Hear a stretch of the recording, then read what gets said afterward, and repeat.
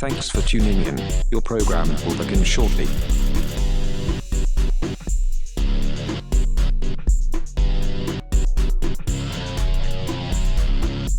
I implore you, please, just wait a bit longer.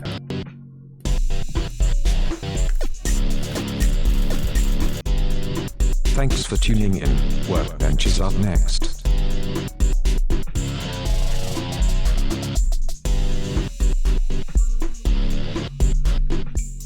Thanks for tuning in. Your program will begin shortly.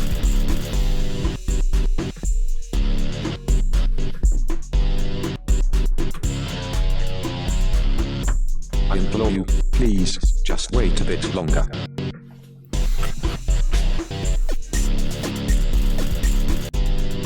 Thanks for tuning in. Workbench is up next.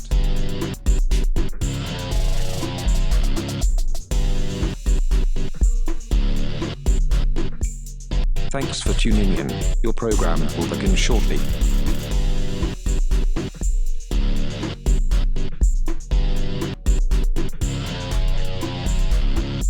I implore you, please, just wait a bit longer.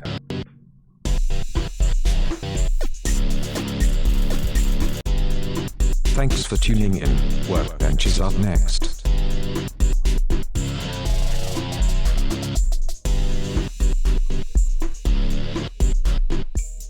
Thanks for tuning in. Your program will begin shortly.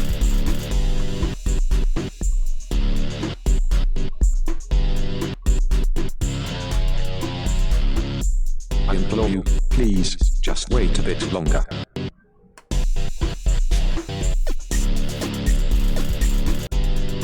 Thanks for tuning in. Workbench is up next.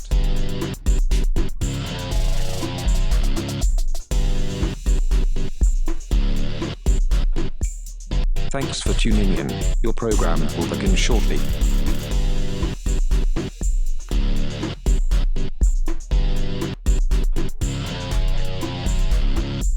I implore you, please, just wait a bit longer.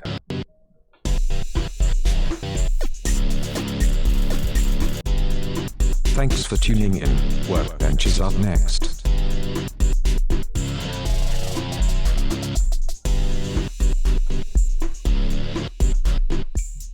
Thanks for tuning in. Your program will begin shortly.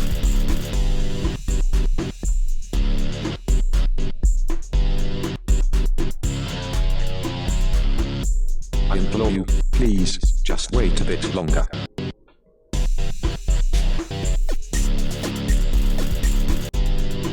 Thanks for tuning in. Workbench is up next.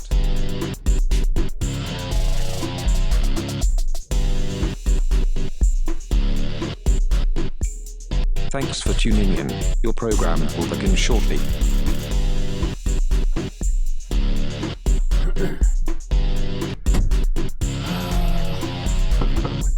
I implore you, please, just wait a bit longer.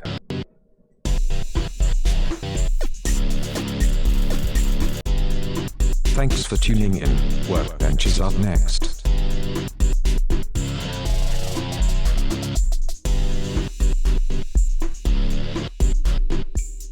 Thanks for tuning in. Your program will begin shortly.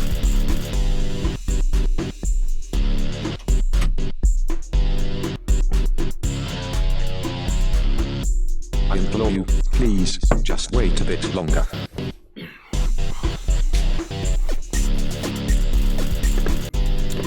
Thanks for tuning in. Workbench is up next.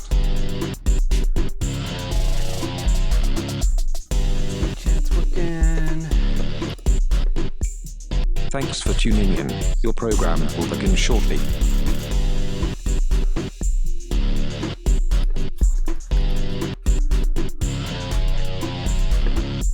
I implore you, please, just wait a bit longer.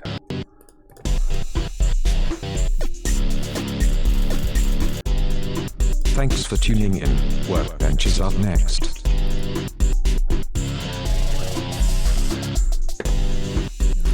I gotta automate all this. Thanks for tuning in. Your program will begin shortly.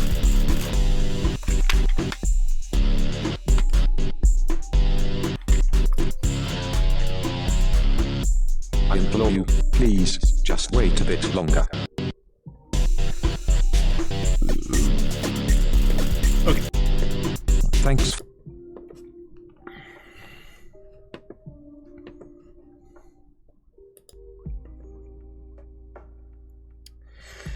So I was gonna try something new, which is to play a podcast while I'm working.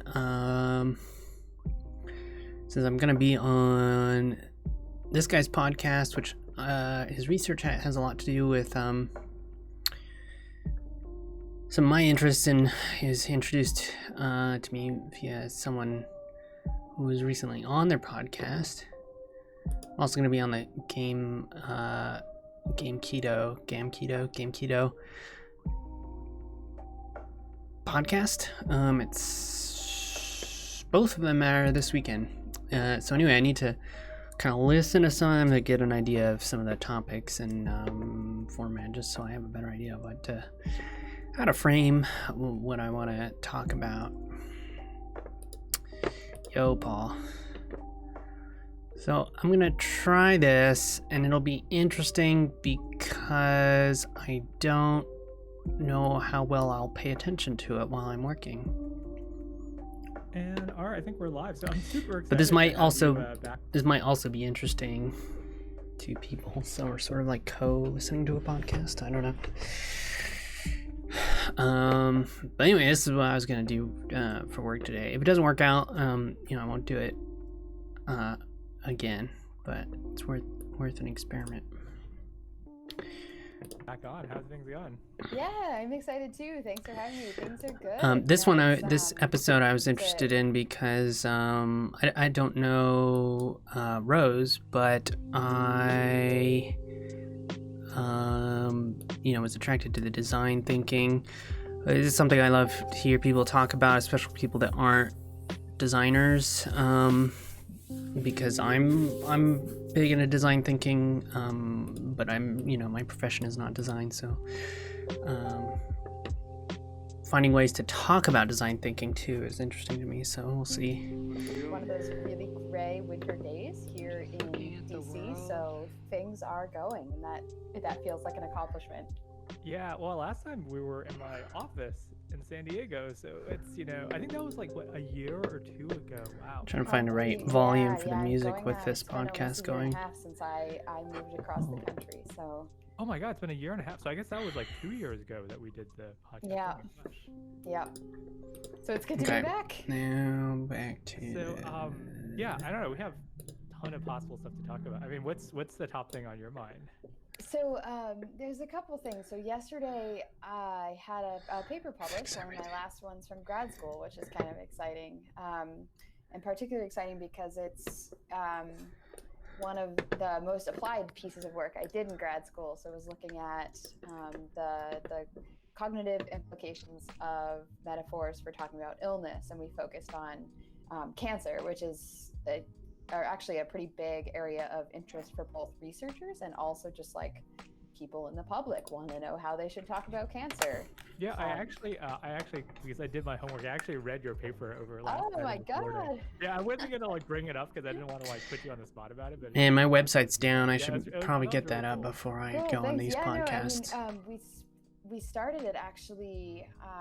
It's funny. I was looking through my own blog, and in 2014, I had blogged about we talk about cancer in funny ways, and I wonder if there are consequences of this, and I would love to see some studies. And I think it was around that same time that I started reaching out to a few other people like, hey, you want to figure this out? So it was cool to sort of think back, and it didn't feel like so long coming, but that's almost 5 years. So yeah, I mean, not to be super morbid, but we had, you get these emails once, university is a big community, so then your people pass away. And literally this morning, there was an email that someone passed away that, that said after a long battle with cancer. No, I think this wasn't UCSD, it was actually. Where is it? I hear it. But it popped up on my news feed. It was actually at another UC. But yeah, I think, do you want to just summarize the kind of premise and study? Yeah, sure. Oh, shit. Metaphors for talking about cancer, and we were wondering. These guys are hard to see. Implications implications of that. So when you hear that someone's fighting or that they have lost, what do people actually, you know, unconsciously? So this is all sort of implicit stuff. What do they take away? How do they look at the situation emotionally? So we tested that out by having some people read about someone's battle with cancer, and some people read about a journey, and everything else was the same. And they found that those who had read about the battle, I wonder if I take out a hand if it actually won't less shoot. likely to be able to make peace with their situation, and more God. likely to think that person I would need to feel be a guilty bigger that they collider. personally didn't do enough, that they didn't cover. So, I mean, at first glance, it's kind of validating for many people who are anti-battle metaphor and this which is actually God damn. but I mean, I think we should also be careful not to assume that battles are terrible to talk about all the time for all people. But it's kind of helpful to be able to put a number to sort of showing that these metaphors have real consequences for how we're thinking about such His sort of headgear, serious though. and complicated situations. Well, I wanted to make it fancier, but fancier is more work, so I deprioritized it. Even But if the outcome, you could see the depending future on how of things the future look, or I'll whatever. do the static It version matters at some for, point. from the emotional perspective of whether you do your treatment, right? It could actually affect your treatment, because whether you So it's stay with the very treatment or you seek interesting. out help, or you have emotional support from your family versus kind of giving up. And I such. hear And the it's very globs. somber, but Okay, it's there's a something- it's bunch of important problems thing, going on like, here. Everyone will probably have family members or friends or themselves will face some kind of serious illness. I mean, So what to sad do? to start the podcast on such a somber note, but it's true. It's something that affects everybody. It is, and I think, I mean, the one sort of thing that helps me a lot when I would be spending hours and hours thinking about this data is that it's also can be really empowering to think about how individual different language works for different people, and to kind of keep the focus whenever people ask me like, oh, should we mix the battles? It's like, well, no, I think individuals need to decide how they want to talk about. It's not a researcher's or a doctor's decision. Let me play it in what God we mode just talk. so I can get a sense of So yeah, I mean, I think it's a super important topic, but what's not one going that's on, always so the I know most what fun to talk fix. about. But I think helpful because sometimes Yeah, I we might make them hide behind non-black metaphors a to- little.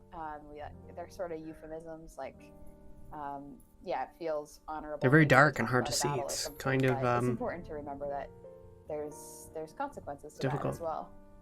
Yeah, and then more broadly, I mean, your last study talked about depression, right? And I think thinking about this battle versus journey metaphor, not just with one particular illness, but in general, I think is God, no, it interesting. doesn't. I mean, what other domains do you see this being applicable beyond the obvious medical ones?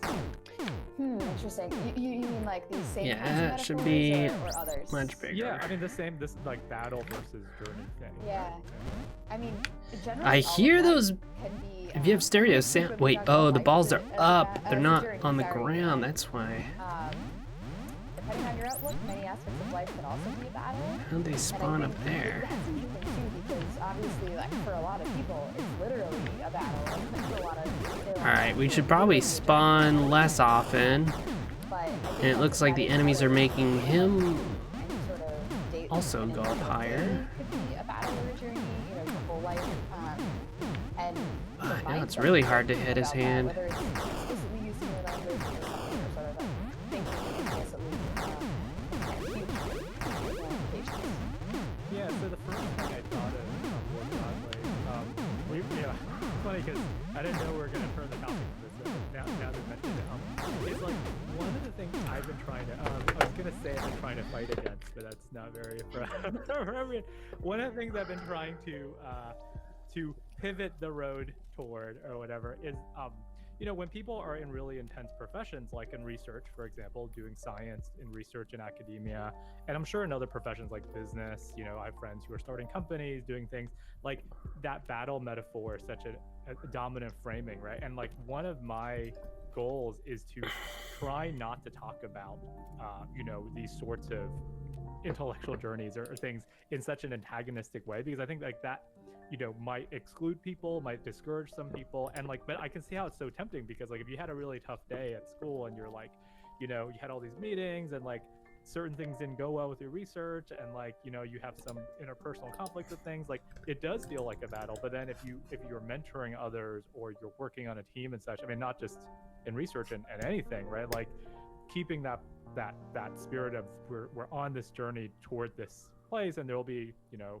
ups and downs and side swerves and stuff, rather than like we're fighting against this like enemy or such. But then, like you said, like some people might be, you know, in sports or something, some people are, it's directly head to head, so you're really motivated by this head to head battle sort of metaphor. So I find this super fascinating, even from a non-medical perspective. Yeah, and your point about being inclusive, I think, is like a really important one, because you know, there are some metaphors like journey, I think, would be one of the most inclusive ones. It's just such a versatile metaphor. But certainly if you're using language that, you know, individuals or some particular groups just really have trouble identifying with, or, you know, like I mean, I think battle is really gendered, and so for, you know, for at least half of the participants in many cases, it's like, this doesn't really feel like I own this metaphor in a way that someone else can own it. And I think that's another sort of aspect to the impact that metaphors can have, is that they can kind of unite us, or they can point out like almost like an in-group out-group kind of thing. Yeah, and the other thing related to that was you know, like, you know, there are real wars going on around the world, and people are getting killed, and there's actually, you know, these are real atrocities going on. And like, I feel like it also, like, too, you know, blase use of this sort of battle or wartime language, it's sort of like, I think it just feels bad, because, you know, we're just like in our offices typing away in air-conditioned rooms. We're not, you know, literally on the battlefield. It's life and death situation. It's really kind of, I that's why I feel kind of weird using too much of this sort of language, because like there are real people in war, like for real, risking their lives doing right now, right? And we're just totally. Yeah, for sure. I mean, that's another tricky thing with metaphors, is that like by nature you have to be comparing two things that are different, but you have to kind of appropriately calibrate so that you're not Hello. minimizing one of them, or yeah, like I'm doing like pretty a walk in a park, okay. like feels extremely inappropriate, even though that's one How are form you? of journey. And so Just listen to this it's a tricky podcast, balancing seeing how that act works on a I stream. think we're constantly all doing in our communications, and we don't even realize it. Yeah, and also, like, I mean, the kind of zeitgeist changes with the times too, right? So I'm sure if you're reading really old texts, there are things that were socially acceptable to say back then, and obviously now they're not acceptable in social norms, right? You're doing And great. also different That's cultures, right? Like, awesome. in certain cultures, This is people not talk in Google certain I/O. ways, This is just some people move and they transfer that to stuff here. Maybe that's not as this proper. professor at And it's UC hard to San understand these Diego sorts has of a things without podcast. getting He talks exposed to random them. people that Yeah, I'm I talking mean, to it's him one this reason I think, weekend. So I wanted to as somebody who I research get a lot of feeling stuff, for some more of than his metaphor, recent but metaphor is probably my favorite. episodes. I feel like I'm always going to have some job, or at least some kind of work, because it's so different across cultures and contexts, and we're really, I would say, in fairly early stages of treating metaphor and language more broadly as such a science, in that we can sort of dig in and apply scientific methods. Fix everything. So I wish I it's knew what the hell I was exciting to talking about. see I how guess it much was we just like still find out what to don't fix and know fix it. about this kind of topics. So I Yeah, slowed with the these spawn kinds of rate. online Let's experiments see and what else. reading comprehension experiments you can do. I mean, you could easily scale these up online. People from different countries can It's take gonna different bump up these demographics and stuff. I think that colliders. sort of stuff may not have been as easy to do in prior decades. And it seems like if people in your field are more open to this sort of computational and online experimentation and quantitative work, that could be really cool. I mean, like, I found your paper super accessible. I don't know other papers, because you said it was one of the more applied ones. I don't know Awesome. the more theoretical papers in the Thanks field, for but I felt sharing like that. papers like that seem really, you know, grounded. You know, you have to have some kind of knowledge of the statistics if you want to really get it. But I think even if you just have basic math literacy, you can kind of understand, okay, this bar is bigger than this bar, and then, you know, the details. I'm always worried about how deep you know, my maybe transition talking about just general scientific colliders communication are, with because this sort of stuff, because it depending on seems fairly the accessible to an educated kind of public. Yeah, no, that's great to hear. Let's see, does this because count? That certainly was Does this my goal, and I know apply my collaborators to- take that really seriously as well. And you know, it's something I that's been on guess my any mind a lot collision lately. detection with this? Probably what I because, want. as you know, but maybe a lot of listeners don't. I'm very involved in a group called ComSciCon, which is the Communicating Science Conference. This is something I first attended as a grad student, and It's designed by grad students for grad students. Any field of STEM, any sort of degree program, but any grad students are invited. And the applications are currently out for the 2019, this coming up workshop, which is really exciting. It's going to be in San Diego for the first time ever. Oh, cool. I should just put a link to that. Yeah, I'll put a link to that. Yeah, that'd be great. So I think about that in conjunction with like papers like this, because regardless of your career goals as a grad student, investing in communication to me is just like the most useful thing you can do. I think it's crucial in academia. You can speak to that better than I can. Certainly crucial outside. And so anyway, ComSciCon is one way that really opened a lot of those doors for me, and I think for a lot of grad students as well. Right, why were the ballas Cool. dropped? And the Oh, they paper might have itself not is been dropping accessible online. because of Would that this always be the error. case, or what's the So I should status of just the test it paper again. kind of accessibility? It's open, yeah. It's open access. Fortunately, we were able to. These little manage so that they icons would keep it open. that Oh, that's cool. I Yeah, mean, use talking about as a communication, gizmo that's great, yeah, 'cause I to want to put a link to it. I wasn't sure whether it's like only for or something, or that's No, great. Yeah, I'm really proud of reference that. I mean, the that's, room again, like I said, this entity. is one of the more applied papers, and I mean, it would be. So there's a game I'm object for every so happy room, if physicians or patients but or like the whoever room got is an their hands on the abstract paper. So, idea that's really Yeah, just I a think from, box like, collider, computer so it's science hard and to HCI, like we're just really spoiled in that our select publication unless you systems dig in are, we are basically over here. allowed to So put our own preprints up on our own websites or on archives. there's one and of stuff, these and I for think, every like, room. technically, they will put some boilerplate It makes it around easy for, to like the official conference or journal. reference and then that. for yours, you just have your draft you send to them, and like essentially, Just you can making get life all the easier. It stuff doesn't open, show up in and the game.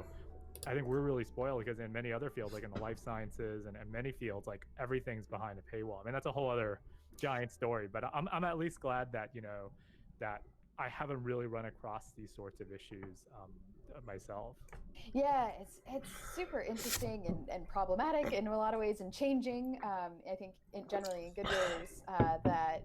Man, you're showing the It's limitations. just like I guess your reverse, name fits in the model of mining reality, box right, down there, where current miner. You're paying someone to take your work rather than being paid for your work if you want to keep it open. I'm debating listening to this and at a some journals don't even have that option. higher playback speed like I Generally, normally do, think but that shift is moving towards, since I'm not fully paying open attention, access for a I'm lot feeling like it might be useful to for not do that. democratization of but science, maybe obviously speed it up a public little. paying for a lot of the stuff we're doing, but also for like replicability stuff. If I'm waiting for them to general get to the transparency, design I think, is thinking becoming stuff, way more and more and then I'll recognized. probably try another Yeah, and, one because I don't know a lot about. of this is funding agencies. I mean, public science communication. It's fine. It's interesting, but Some private foundation, I think it was like the Gates Foundation or some foundation, part of their grant stipulation is you need to get your data sets up publicly. We need to have you put at least some kind of reprints up, some kinds of code and everything. And I think that the tide really is turning. And of course, certain fields are more ahead of the game than others in this. But I think at least again, I think that was a hand move, so I should. centric and computer centric fields Oops. that I'm in. Oh, no! Fortunately, a lot of them are leading. Ah, And, just I in have time. junior colleagues in faculty positions in various departments, in HC departments, communications, information school, and like people seem to get that, right? That like it's no longer a controversial thing that you have a web presence and you're doing. Kind of building tweeted on about that it this platform, morning. deploying experiments online, blogging about it. Like, it's Um, funny 'cause, like, of course I know. Did I? What did I say? I've been tweeting a lot recently. It's almost like there's this boogeyman of Sort of I disconnected think thoughts. that's a good idea, and now it's like that's something that people actually are pushing for. And of course, change is slow. But I'm optimistic. And, that the future isn't. It's not evenly divided. Right? Some areas are more ahead Oh, than no. others. I think everybody, people start to get it. And like the thing I tell students is that you are all going to be the future of the field. So like whatever you end up doing and doing, that will eventually just push forward because eventually we're all going to get more. What am I getting hit with? Something? And all that stuff. So people like you are leading the way. I can't see. Maybe I should make them not black, 'cause I cannot see them. Much more on my mind. I hear them. I no longer work at a university where I have to now actually ask people for their papers in many cases, or of course I still have some friends and people who can get, but it's not the same as just like clicking and getting anything they want anytime. So that's really noticeable. So even where you work. Maybe I'll just have spiders spawn, because the balls are kind of annoying. I never liked the green balls. They make too much noise and they're too frustrating. It's like, I wish But yeah, there was. I wish we could do something to make them more like satisfying. They're kind of just annoying right now. But In general, even without being all black. can get a VPN or something. Yeah, that's a yeah, no, that's like a serious thing. But yeah, That's weird. How'd that happen? and hoping to keep things on an optimistic note. Yeah, so I mean, what other stuff have you been thinking about? Because I remember we talked in person when you visited last term, and I think, and we talked about a lot of stuff in my office. But like now I'm absent-minded professor mode, so I just forget everything.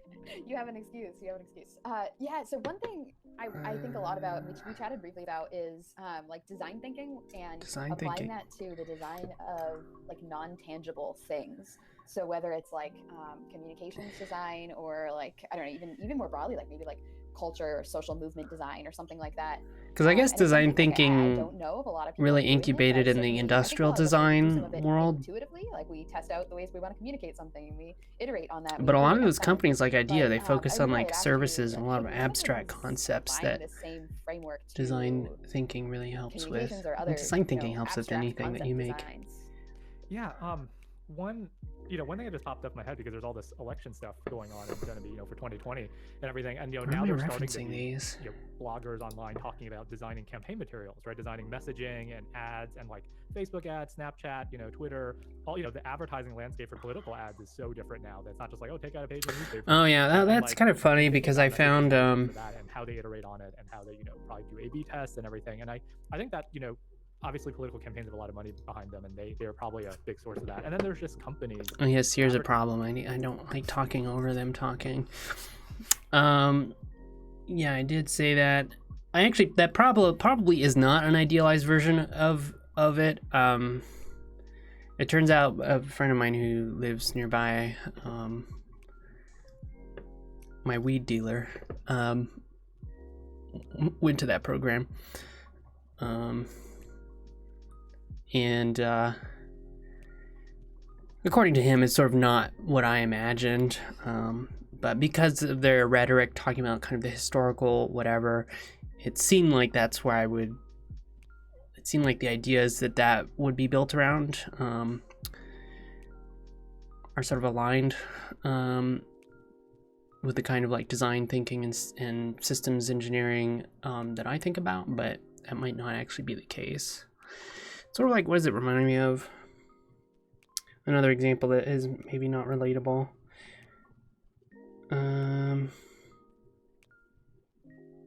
Anyway, I guess it's just one of those things where in practice it doesn't turn out to be as cool as you thought. Like, it sounded better on paper.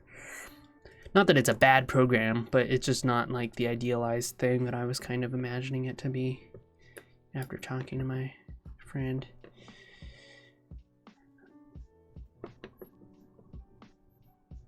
Enemy spawns. That's why I was looking for the list here and I couldn't.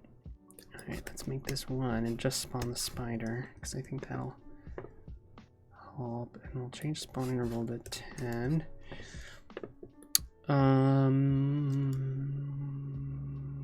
What else? Advertising is, the first thing that comes to mind is just the advertising industry, Right. which has always been huge.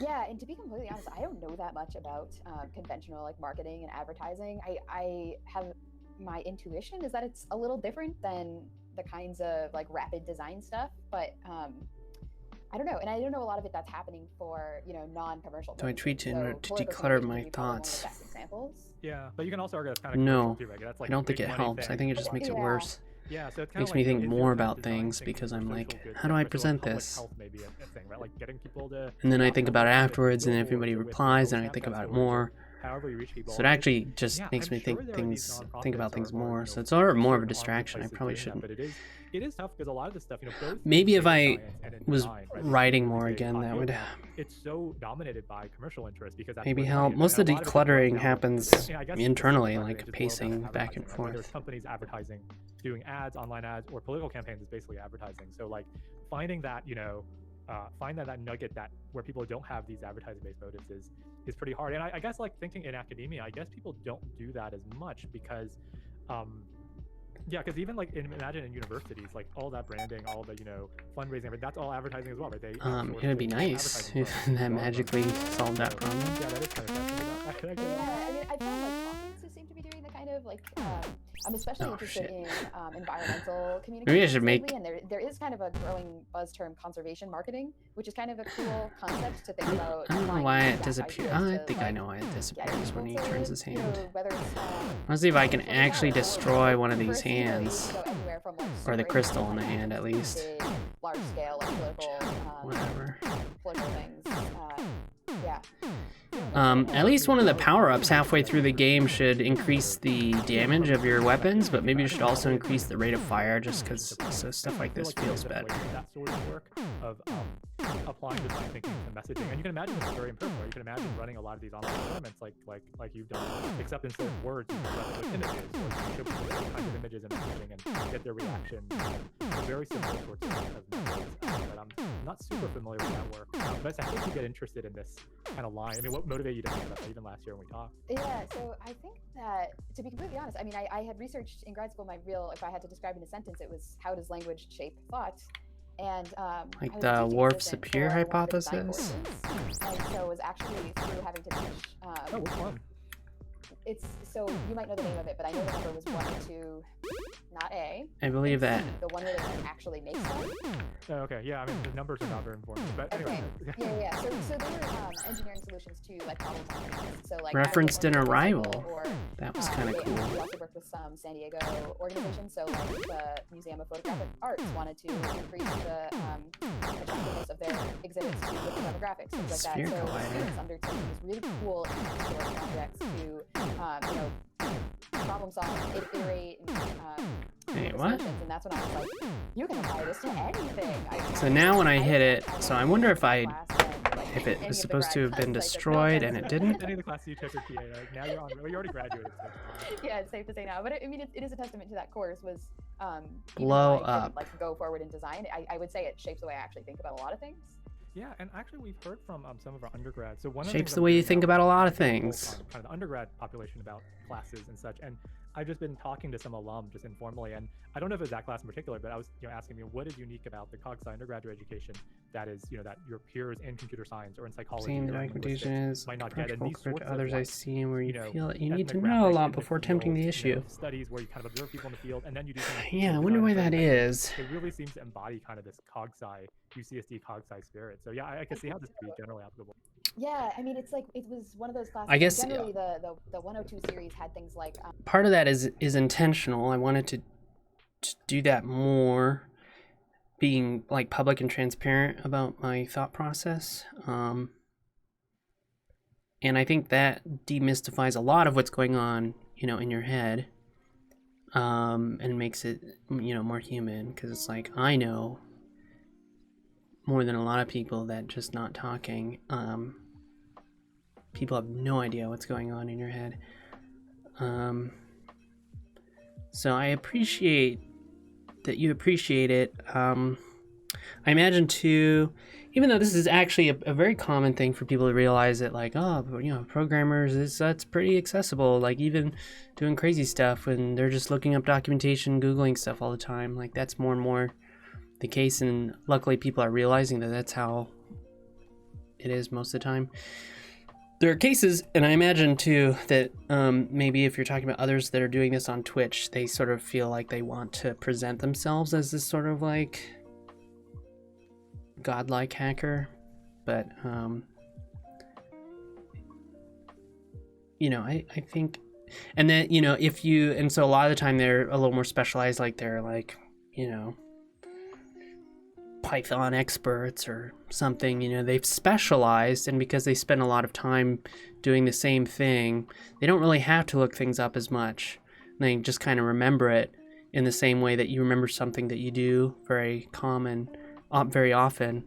And the way I work, because I work on a lot of different kinds of projects and change contexts a lot, it's sort of like I have to start over, like plus I know that I don't have to because I can look it up. And then it just so happens that that's also what like beginners do. So I like that people are starting to see that that's really how things go, even with like very experienced programmers. Or really, probably any skill. I think artists, they're very much where it looks like, oh, they just do it. Like, they just draw perfect lines. But of course, it's like, oh, they just practice a lot.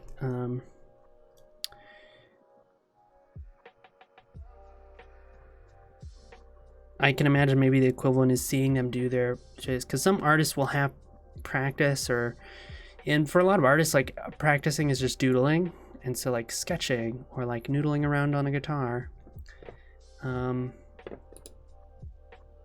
Kenneth has been streaming a lot of his playing guitar and stuff, and at first I was kind of like, because he started, he made Python requests, I guess, is his big thing. So he's very popular, and kind of anything that he posts, even if it's kind of mediocre, gets a lot of positive response. And he also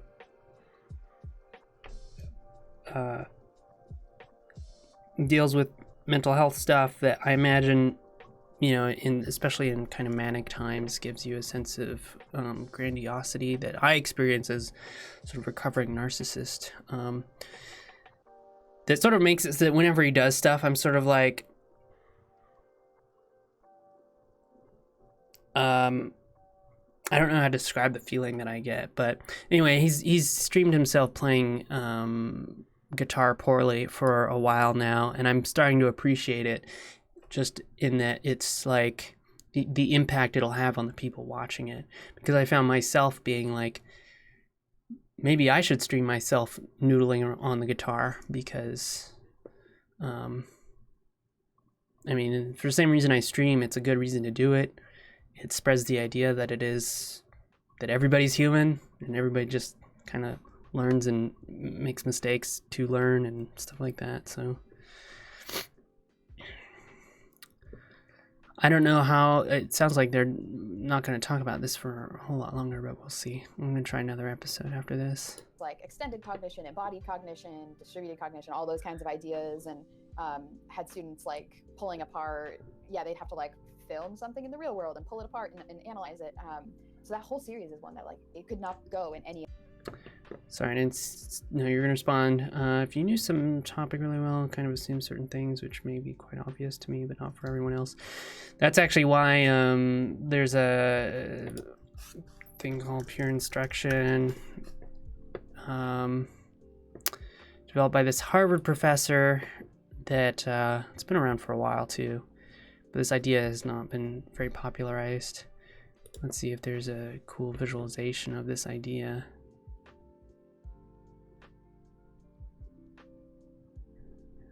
Correct answer. It's interesting. But I mean, the core insight was like, when you're a professor, you've been specializing and going deep for years.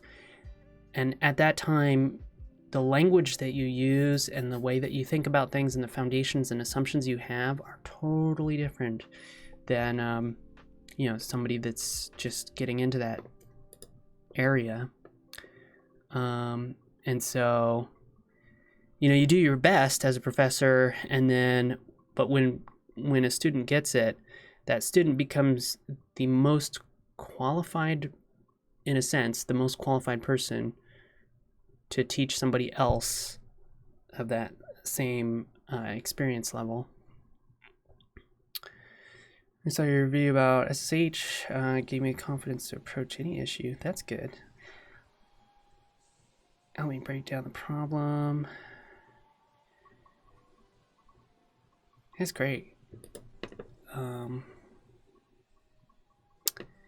It's all just a process, and figuring out the process is part of that process. Have faith in the process, I think.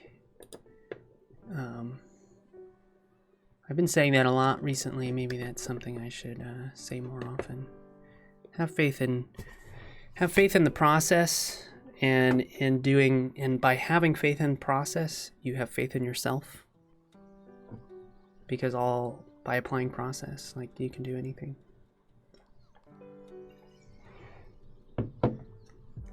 The other departments, it was just so interdisciplinary, kind of. Yeah, and I love to see that sort of stuff expanded, right? Because like I mean, maybe we can talk about this as well. Different kinds of research or scientific methodology, right? So like the very typical, controlled laboratory studies in psychology or in other fields is you bring people in a lab, you bring 18-year-old undergraduates, 18 to 21-year-old undergraduates who signed up in your class to the lab, and you give them like really specific tasks to do, and you measure these things, and like you do the graphs and stuff. And then given now, the world is so much more complicated, and that we have access to both online platforms and also just, in-person platforms for recording how people are in the wild, how people actually say use language or perceive things, objects in the wild. So like, I think this kind of ties into the whole design thing as well, because I mean, a lot of things from research, a lot of these design studies are not we're going to bring people in a room and show them objects. They're the more holistic, we're doing observation, we might be testing certain things in the wild and such. So kind of expanding the scope of research to that. Yeah. Good. I mean, to be completely honest, you mentioned the word holistic, and Gem. Where's Gem set? As an undergrad, I was thinking about where to do my PhD, and I did my undergrad at Vassar, which is a very liberal arts kind of holistic type place, and they have a cog-sci program that's very much sort of in line with it's a Mac thinking Pro. about the mind and not necessarily boiling it down to brain or whatever. And I remember like, okay, I want a program like this for grad school, and then how surprised I was that basically didn't exist. It was like, well, no, do you want to study neuroscience? Do you want to study this? And so UCSD's like really holistic approach was a huge draw for me. And so I think, like you said, that's some of what's really unique to the students too. Wow, this is like a paid campaign video for we just had our PhD student, the interview weekend and such, and we're trying to make the pitch. So I think you did it more eloquently than I have. This is great. Oh, yeah. Hey. UCSD. I didn't know that they were a very cross-disciplinary school. And, I need to make a note of them because those are the schools that I think people are going to get the most value. To the point of where it's like not even interdisciplinary anymore. It's just cog-sci. That totally was my experience throughout. With Santa Fe. Wow. Yeah, that is really Institute is another one. Like it kind of transcended. Santa Fe is great for systems in general, so it's really even if you are up my alley.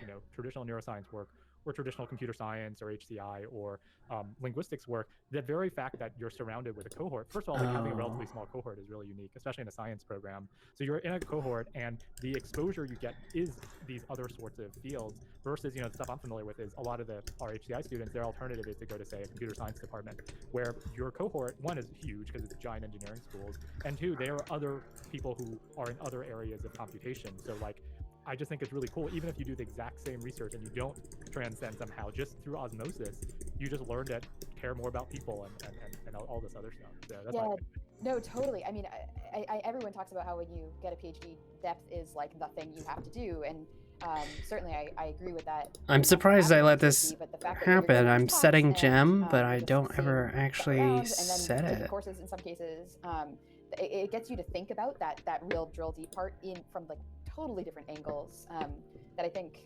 serves people really well, not just in their research and in their PhD, but hopefully in like broadening for beyond your PhD. Again, whether you're staying in academia or not, you're able to think about issues from lots of different angles.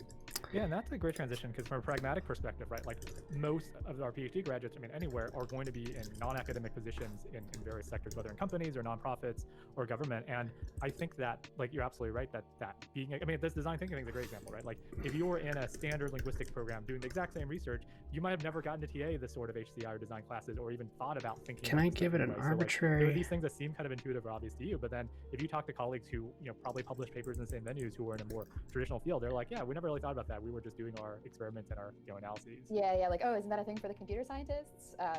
Definitely, and I think that's been something that was, even as I was thinking towards the end of grad school, what I'm going to do now, and I felt like mine's pretty much always, because it's also streaming, so about, okay, well, where can I do something that's not like luckily it's not super loud. I think if you keep it clean, it's not going to be super loud. A psychology job or like a linguistics job, and that's a challenge, but I think the MacBook Pro, yeah, like that don't fit into these nice neat bins. No, I'm on a Mac Pro, not a MacBook Pro. But yeah, the MacBooks, their fans go and they get loud. We need a PhD in clinical psychology or X.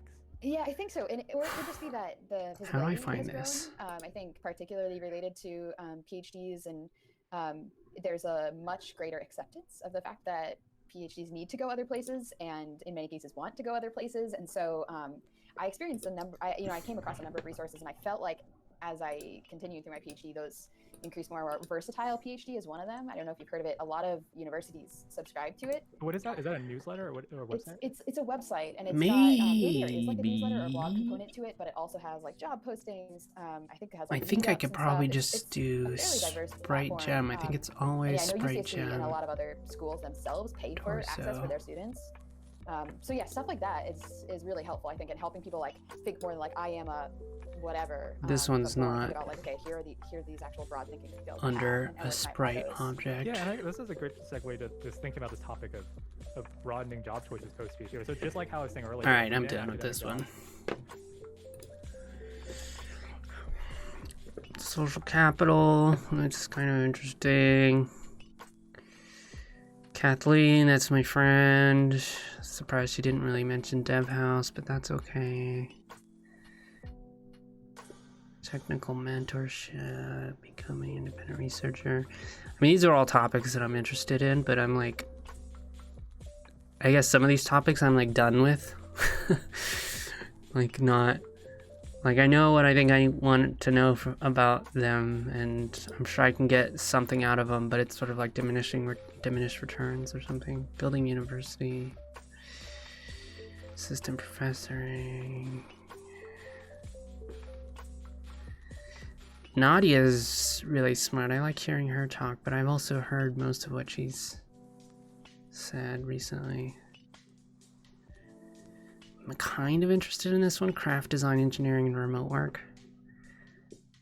Building mindful relationships, fostering sustainable creativity is interesting. All right, let's try it.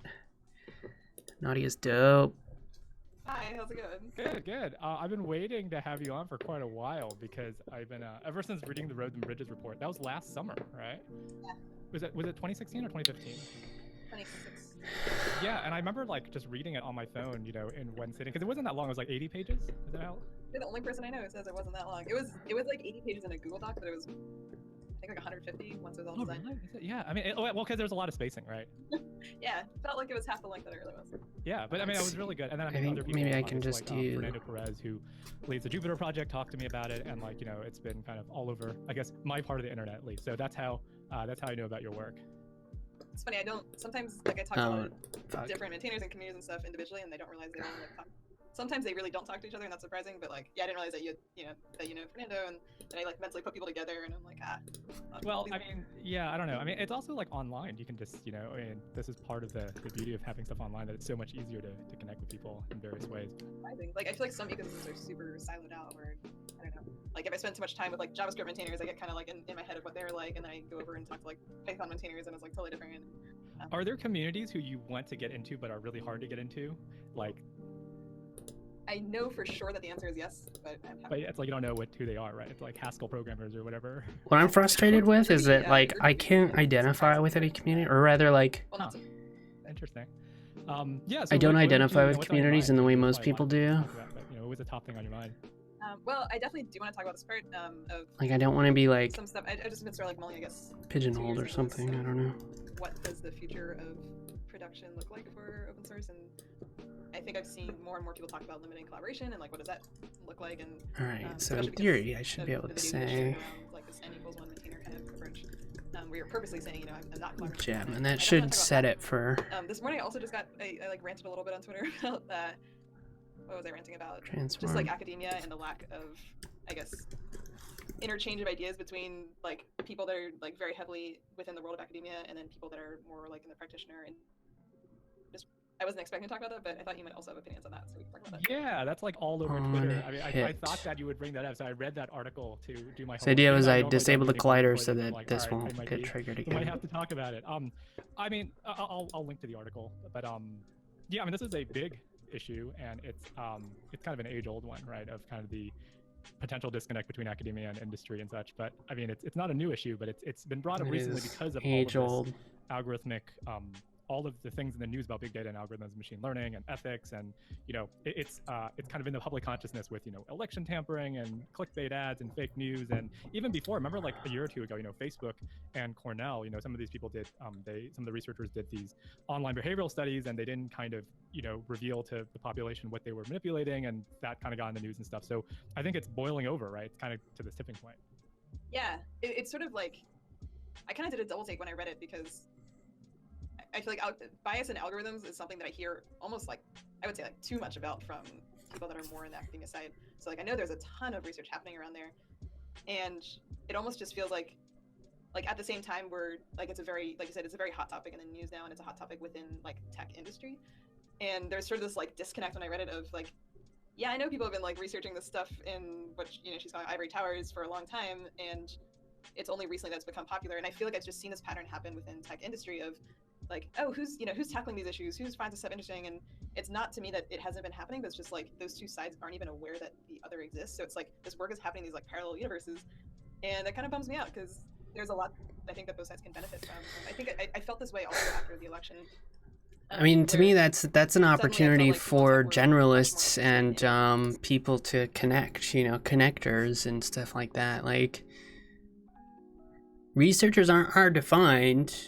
You find a school that has a whatever programmer, and you find who's doing research in there and find out their research, and you can learn from them, and you can be like, oh, if you can get past the language of a lot of academia, you can be like, oh, this is a really cool idea.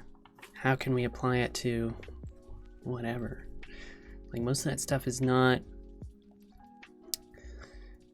it's easier to get to than it ever was before, but I agree it's still very siloed, but I don't know what to do about that. Academia is broken. Aesthetic issues and how that intersects with technology, and we're seeing the effects of that in all different ways this year. And it was just sort of like, oh, like nobody is thinking about this. Like, why aren't we thinking about this more? It's like, no, there are other sectors that are doing that and have been quietly doing that for a really long time, but they're just having trouble getting into, I guess, mainstream culture and having those ideas heard. So like, how do we like help those sides?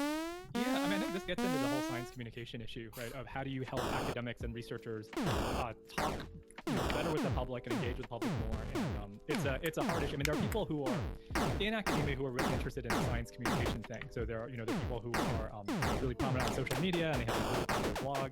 But it takes a lot of work, right? Because it's also kind of different. Forget I have to turn on the cheat mode every time. You have to be PR media savvy and be able to make all these connections to write op-eds and be on TV and be on the press and stuff. And like, in the meantime, maintaining your full-time academic career. I mean, it's sort of like this paradox of open source as well, right? You're maintaining your software, you're doing engineering, but you also have to do fundraising and PR and everything, and you don't have the many resources to. So I think there are a lot of parallels, actually. I don't know. I would say it's not even just that, but also like, who are you talking Final to Boss about 129. right? I have this belief that like change is not actually that hard to affect in the world, but it's about talking to the right people who are kind of like capturing that zeitgeist. And I think there's almost like within academia, sometimes they feel like they're talking to a lot of people, but they're talking to other like academics instead of. I think I'd agree with that too. Change is not that hard. You just, it depends on the right people. Don't just talk to. That's why finding I hate the word networking, but like expanding your social network. Talking to a developer. So I think it's not just about like developing social capital. I noticed that was a title in there, and I haven't heard anybody talk about it in a while, but social capital is important. Yeah, I think that's a great point, and it's I think it's challenging because I mean I want to without loss of generality in any world, right? So not just in academia, but if you're in if you're deep within the law profession, or you're deep within the, you're a neurosurgeon or something, you're mostly around other neurosurgeons or people who are in your field or around your field, because it's a very intensive job and you're around that all the time, and it's it kind of takes a superhuman effort oftentimes, unless we change things structurally, right? So the way, I think you mentioned this online, which I really liked, is that the way certain institutions, well, many institutions are structured, is that you're only going to talk to the people who are like-minded or around you, and unless and this is where incentive systems come in, right? So I feel like this whole like dealing with null references in is order to be promoted in academia or without loss of generality, way more common in game programming than like any other. You have to be able to have impact and reach out to people in 10 different fields. Then people are gonna, people love metrics and people love, meeting them. So then they're gonna, somehow try to go and do that, right? But given the incentive structure currently, there's not really an impetus for that. Yeah, it'd be cool if there was like the way doctors have residencies or whatever before they go into practice, where it's just sort of like required that you spend a little bit of time in the industry that you're focusing on before you Mentorship and apprenticeship. Yeah, All about it. Explored the idea of a PhD with several institutions, and every time was told that if you get a PhD, you are on a track to try to become a professor full time forever, and you can't take what you've learned and go back. Because there's something appealing to me of like, as someone who likes to research, I like the idea of, All right, I'm not interested in really, really focusing. talking about academia right now. Anything stand out to anybody? I can play. I'm trying to get a feel for this person since I'm going to talk with them on Saturday. Teaching programming.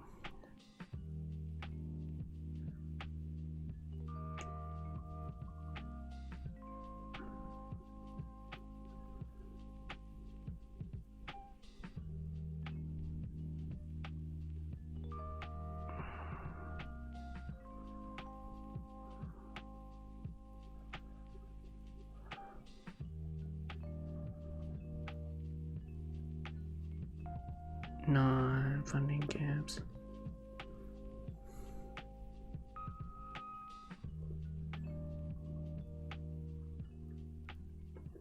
Time and serendipity management. Actually, this ties into tweet today. When you contacted me, I thought about my skills. I don't have very many, but something that I think I pride myself on is my relationship with time. And how I manage my time and how I manage the balance between planning and spontaneity.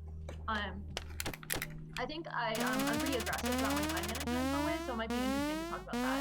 Yeah, that's an awesome topic, and I love a lot of these podcasts. I love when I tell people, don't tell me what you're talking about beforehand, because then like I am genuinely surprised and interested. Yeah. I'm like, oh, we planned this. Yeah, the time thing is really interesting because I think it's a person who both gets a lot done professionally and also like the spontaneity thing also gets to do a lot of fun, interesting stuff all the time. And, I try to keep to it. I've been really bad at it recently, but I'm planning to. I once read in a magazine. I think it was Marie Claire or something. Planning to stick to my You can't afford schedule. everything, but you can afford anything. I haven't managed to quite apply this to money, but I think this is my philosophy when it comes to time. So what do you mean by you can't afford everything, but you can afford anything? What do you mean by that? If there's something you really want to buy, well, I think this is what the article is saying. You can figure out a way to rearrange your life to buy it, but you can't do this for everything because you just don't have infinite money. And I think for time, it's the same thing. If there's something you really I want know, to do, it's figure been out a way, down and then since for, last year. You can't do everything though. Probably really hurting my Right. So what has been the I guess building an latest thing audience. on your mind in terms of this, prioritizing time thing in your last few months? And say, what are some of these top things in your head that you're trying to make time for that you normally probably would not have time for? Maybe, actually, this is more powerful. Why am I not using this? Brutal on my time. I just started this assistant professor job, and there are all kinds of demands on time and attention that I didn't have before. Like, I noticed they're drawing over the bullet. Meeting with people like from morning until night. Although other professors ask, how do you have so many people to meet with? But I don't know. Somehow people materialize and they want to meet. And every night I'd be setting up more meetings. But now that I've sampled a little bit to see what's important. Shouldn't have been destroyed by now. Not protecting the time for what I want to do. So I mean, I think the most subversive thing you can do as a researcher is to push aside everything except for research. So that's something I've been working on. That doesn't seem right. I think, something that I'm trying to do right now is figure out which things I don't actually have to do or which things I don't have to do a super good job on, so that I have more continuous blocks of time to meet with my students, to do things, to absorb things, and that kind of thing. There's a lot of things also, it's been hard, we think we need to do that we don't. It's worth experimenting, not doing things you think you have to do. Yeah, and I think this is something because it's your first semester as a professor, it is going to be not steady state. Although it's not, if you're not super busy, maybe it's not a priority. The non-work stuff, I think, is important as well. But I totally get it. I moved as well. This is my first quarter at UCSD. Something's wrong about their damage associated with it and new things going on all thing, the because time. they should have. Yeah, being able to get to that steady state somewhat quickly is important. So I think Why is this fucking boss so? That's the same challenge a lot of people are facing right now. Right. But yeah, like on Friday afternoon, I Complicated. was supposed to do a task that was supposed to take me half an hour. It took me 2.5 hours because I was just so tired from my week. And that was when I decided, look, I'm just gonna take the next day or so off because I've become so slow. But I think for me, like prioritizing things outside of work See, and max hit prioritizing points. rest and being strategic about it is really important for making more time. Like time is not really like this fixed resource. It's something like, I mean, I think sometimes people say like, oh, this is a task, this is how long it takes. So like, no matter how I rearrange my time, like this is how everything fits together, but it's really not like that at all. Like I think like reading something can take me between like half an hour and like 3 days, depending on how focused I am. Like same with writing something, How same focused with you are, resting. yeah. Like, if I wait too long to rest, then I have to rest for like 2 weeks. But if I rest like small amounts at the right times, then like I can have a much lower total amount of rest time.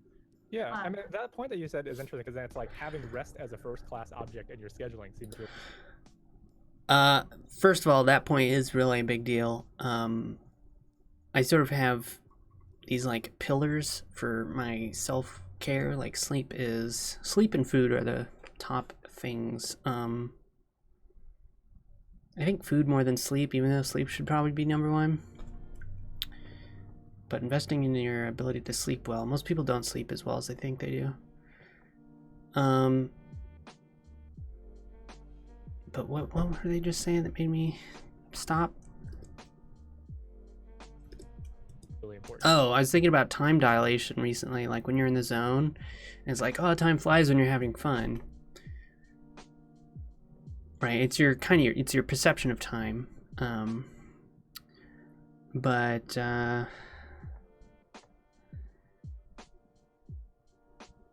actually, I think it is more your awareness of time, because I believe that like our temporal awareness is something that, you know, fairly unique to humans. But it's also, I think, the source of anxiety. Because if you think about it, anxiety is usually linked to thoughts about the future. And if it is linked to thoughts about the past, it's about how the past can impact the future. So being in the zone or being present is a great way to put blinders on. You're basically putting blinders on to anything like that. But you're also putting blinders on to like watching time. So you like lose track of time because it's like you're not really thinking about time. But I guess that is separate from your perception of time moving faster. I don't know. Some thoughts about that. I had some other thoughts, but I don't remember what they were. Right. Because I think that like sometimes it's not possible to like insert rest into your schedule. Like if you actually have like 3 deadlines at the same time. But even then, like they should be like really 200. Like if you don't rest at all. So I think like I think especially if you have very little rest, 5, 6, 7, 8. It's very important to take it like sooner than later. Because like the sooner you take the rest, the more it's worth. Yeah, no, that's totally a great point. Because this is what I mean for people who are kind of peak athletes who are training in athletic competitions. You know, the rest between workouts, strategically planning that is huge, right? Because otherwise they physically get hurt, or they literally get burned out physically, and they can't train as well and stuff. So there's an analogy. Right. Yeah. I think I approach my work very much like an athlete approaches their work, because I feel like, you know, I have like a finite amount of energy that I start out with. Like this is like my budget of like this is how many like miles I can go work wise before I stop, and then like I try to train myself and push myself to go further. But like if I like this is like how I've learned energy rest. endurance. This is how like I have to rest at intervals to like keep from like injuring my mind. And like for our profession, I guess injury is burnout, or like, you know, when you get into the state where you're just like not feeling creative anymore, which I guess can like all the states can be characterized as burnout states. Yeah, no, I think that's absolutely right. That I've been thinking about this a lot also in my last few years. And one of the things is you can be in a burnout state where you can't think of creative output in terms of research, but you can still go about your day, right? You're teaching your classes, you're going to meetings, you're still going about your day, but then you're not making any substantial forward creative progress toward your research agenda. And that's, I think that's a hard state to be in, because you can still function kind of like a zombie, but you're not really pushing forward creatively. I think a lot of people are in that state. Like part of living life is just like you have all these tasks and you're trying to fit them in. But I think like for some people, they see it as like a bin packing problem. For me, it's not so much a bin packing problem, because like these tasks take variable time depending on like how you decide to take your rest. And I think for me, like that's like rest is very time generative. And also like there are other things that are like either time generative or energy generative. Like there are things you can do that cause future things to take less time. And like if you think this is turning out to be a good I think it really helps. episode. Yeah, I think that the kind of general form of this is really, you know, conservation of energy rather than time, right? That there's, you know, time is still a proxy for creative energy. Right, exactly. Time is like this thing that happens to be going by as you're using up your energy, but it's your energy that you're using up. It's not time. Yeah, that's a really good point. Yeah, because I always think of things in terms of conserving and expending energy at the right times, right? So like It's like I think Stardew people think Valley. is, the first thing in the morning, that's when I'm most fresh, and some people like are most fresh writing late at night or something, right? Like they can't do something Right. day, and at night no one's bothering them, so they write a lot. So for me, it's first thing in the morning. Right. Yeah, and there's also other things that just kind of like make your time like decrease the general Let me or, try like, this increase again the with a energy cost of your non-explosive time. weapon. So like I've discovered answering emails to be one of these things. So I've really tried to aggressively batch email response as much as possible. Like sometimes I'll do email like once every 2-3 days, except for the very urgent emails, because like I don't know, like doing email even once a day like just takes so much out of me. It like takes me out of what I'm trying to do, like all this other stuff, and like I don't know. I feel like for most things, I read Frank Partnoy's book, Wait, the Art and Science of Delay, and that's related to Daniel Kahneman's like Thinking Fast and Slow, about like how there's slow thinking, there's fast thinking, but then like Frank Partnoy takes it even further, and he says, well, like if you apply this to your life, like sometimes if you just wait, things resolve themselves. And I feel Yep. like email's one of those things, like you just don't know. Like, That's what, I call that what is absolving really necessary and problems. what's not necessary. But if you just There's ACK off-road or ACK off-road about different kinds of problem treatment approaches. Yes, we all know design is the answer.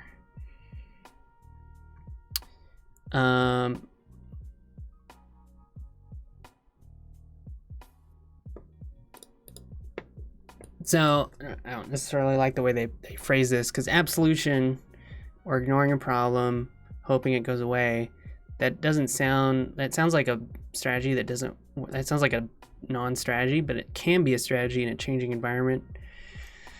And again, people often think they have to do things they don't have to do. So by deferring something, you learn how important it is, as well as whether or not it's even a problem. There's some other stuff here, but this is a big deal, but it's kind of a whole different topic. like let it be, sometimes it resolves itself. And so like yeah, the email batching is something that I think is really helpful. I would like to somehow batch my social media usage a little more too, because I bet like that's something that would make my time like a lot lower energy costs. Yeah, let's actually talk about that, because I wanted to transition to that, because my view on this is, there's substantial emails, right, where you actually have to write stuff and that's, like you said, really disruptive. But I kind of feel that, social media usage or general messing around online, as long as it's not excessive, is naturally relaxing in a certain way and not. Hold on a doesn't sec, really I need zap to. too much out of me. But what do you think about social media usage during the workday? Yeah, so for me, I feel the same way about social media usage, but not about email and here's why. I'm not very detail oriented, and most of my small emails are like, what time should we talk? And this actually takes a ton of energy from me to make sure like the time that I say I can talk to someone, like I'm not doing anything else, and like actually like then I have to go into like all my markings of like, am I really like setting aside? Like I don't have a fast algorithm for deciding when I Should be destroyed by now. every time Okay, someone there. says, when do you want to talk? I have to run my entire search over like when should we talk? And this Okay, takes, so like, a ton but of then using this but for weapon, it social media, takes like, longer. I doesn't don't really know. matter. Like someone posts a link, I'm like, yeah, this is what I think. That's just like surface processing. Like like This one should I feel disappear like, at half. like I just have a bunch of cores dedicated to like a bunch of random processing in my head. Like I'm not using all of them. Yeah, I'm not using all of them most of the time. And in fact, like if I can engage more of them, somehow it makes me happier in some way. So like general social media usage is fine. Like it's like this like logistical stuff takes a lot out of me. Yeah, I totally agree.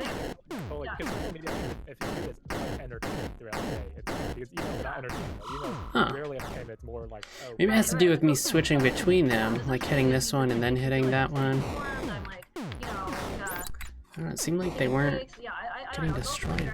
I actually very much prefer that to having like synchronous conversations with people, because those are like much more classes predictably timed.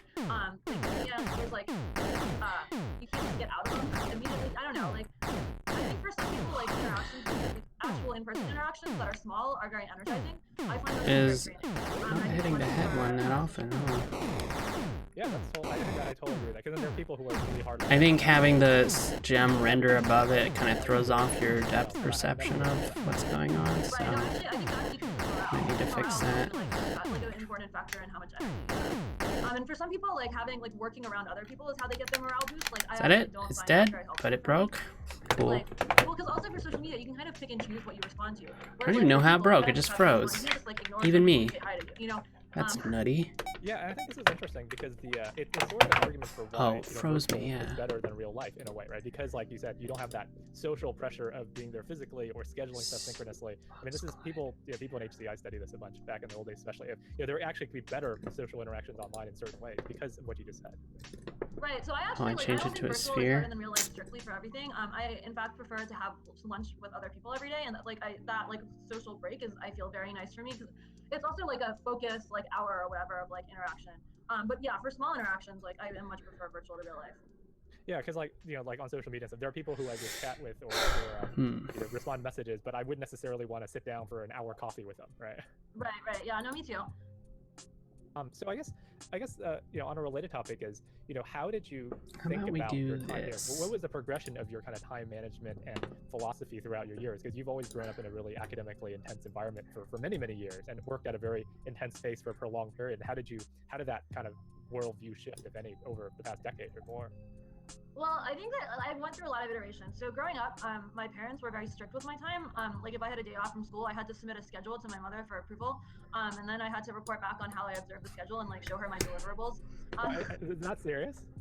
Was I? Yeah. That's for real? Wow. Tell me a little bit about that, and then we can keep going on. Yeah, I want to know I more. didn't like it very much, but my mom would be like, "Well, you have a day off from school. Vacations are for losers. You want to like really do something with your life, you got to do something. You don't take vacation." Like then I'd be like, "That's why okay. you're professor at CMU now, right there. 15 years later. Okay, all moms should do that. Okay, good. Gene says. Yeah, so then she'd be like, "Okay, like why don't you before she'd give me like math exercises to do or like some kind of like enrichment exercises, and like eventually she would allow me to like supplement some of it with pleasure reading, but she was very suspicious of pleasure reading. So like all of my pleasure reading had to come from like approved lists and stuff. But and sometimes I had to write reports. Final boss. But I think like my parents really made me believe that if I didn't follow a very regimented schedule, I would become a failure and die. And so I think when I first started college, I followed a very regimented schedule. I got up at 7 a.m. every day. I'd go for a run. I would have breakfast. That's great for building discipline, but it does not. It's not very good for like creative. Every night, my freshman year, I went to sleep at 11 p.m. except for Thursday nights because all my problem sets were due Friday. So Thursday night, I wouldn't really sleep. But life learning. But like, yeah, I don't know. The schedule had a lot of problems because like it was very hard to go to sleep at 11 p.m. in a dorm where nobody else went to sleep at 11 p.m. So often I would stay up later and then I wouldn't get enough sleep and then I'd have to nap in the library for 2 hours, and it really like wasn't a very realistic schedule. And also like my friends made fun of me a lot because sometimes we'd be eating dinner and I'd be like, gotta go. And they'd be like, Absolution comes in handy when you can determine how problem kind of impacts you or something that can be in a bad way. That didn't work out super well. And so I think like by junior year I was like, I mean, the thing I do, and I do it with projects, is by just having my working hours Icebox, which is like a concept that was like kind of the opposite in a way. Like I worked sort of used commonly in Agile. But it's kind of like a place where you put stuff that it's kind of like maybe someday, which is another way to think of it. It's not in your backlog, so it's sort of something that you're not like planning to do, but you're tracking it somewhere. And in terms of like a to-do, like that's a good thing.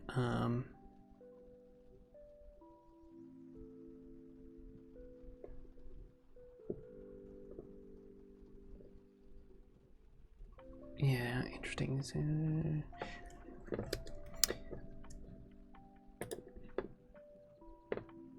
But yeah, think of absolution not as like a dark pattern or I don't know what you would call it, but think of it as a tool that you can use in certain situations, just like most ideas. All the time.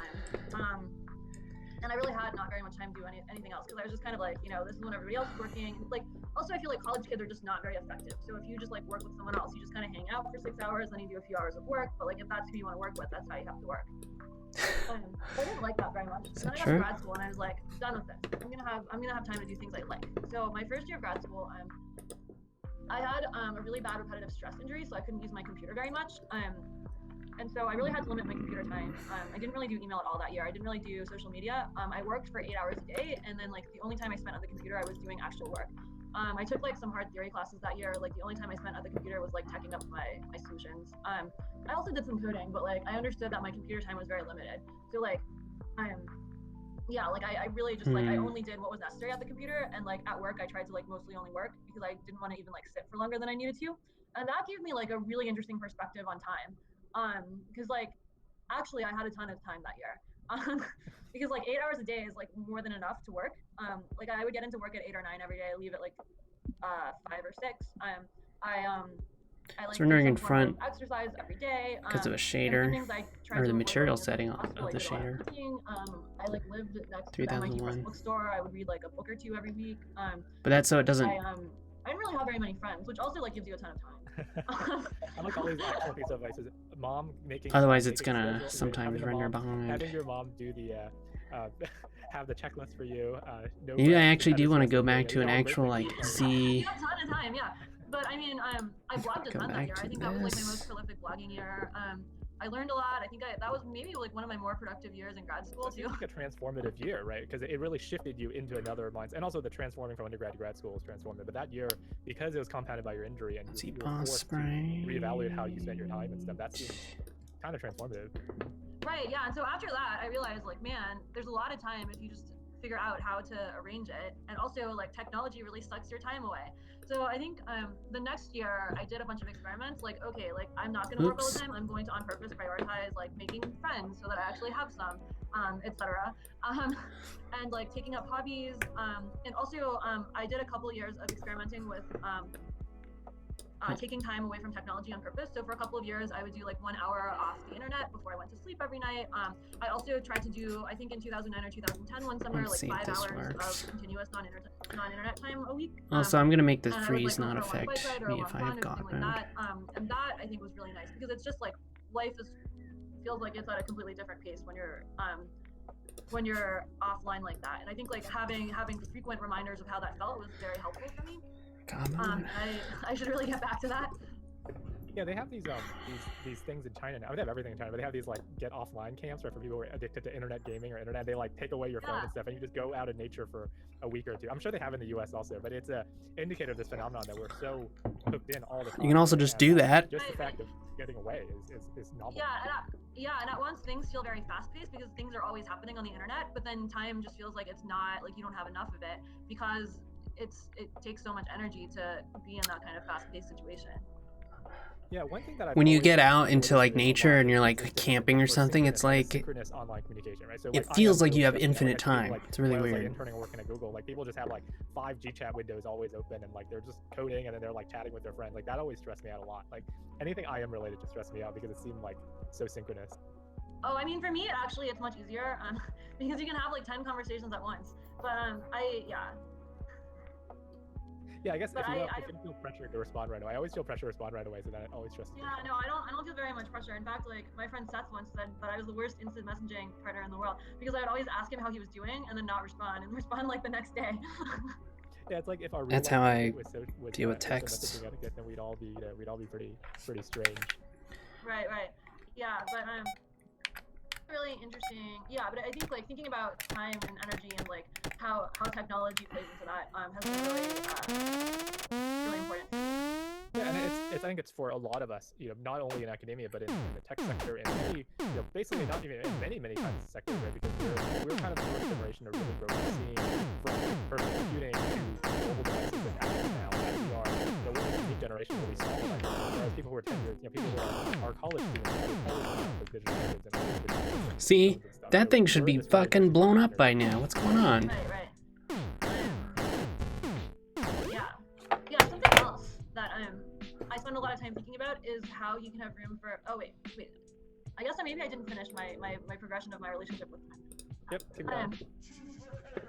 So yeah, let's continue that. So I had a couple of years of experimentation where I think like for a lot of grad school I did have a rough 9 to 5 schedule. Hit points Where 20. like I really tried to work during work hours and then like not get distracted during work hours, and then in the evenings and on weekends I really tried to do my other activities then. Like when I started Graduate Women at MIT, I'd say I spent like 10 to 20 hours a week on that. I did a lot of blogging at various points. It should have hit points like and I think someone was 400 take up a lot of time, if but I it's think I spent boss a lot of health time is that. thinking about how the group should be organized, and there's a Crazy. lot of invisible work that it takes, I think, to run like a successful group. Something's not right. I mean, I'm sure the behind the scenes work and organizing is something that people who are regular members probably don't appreciate.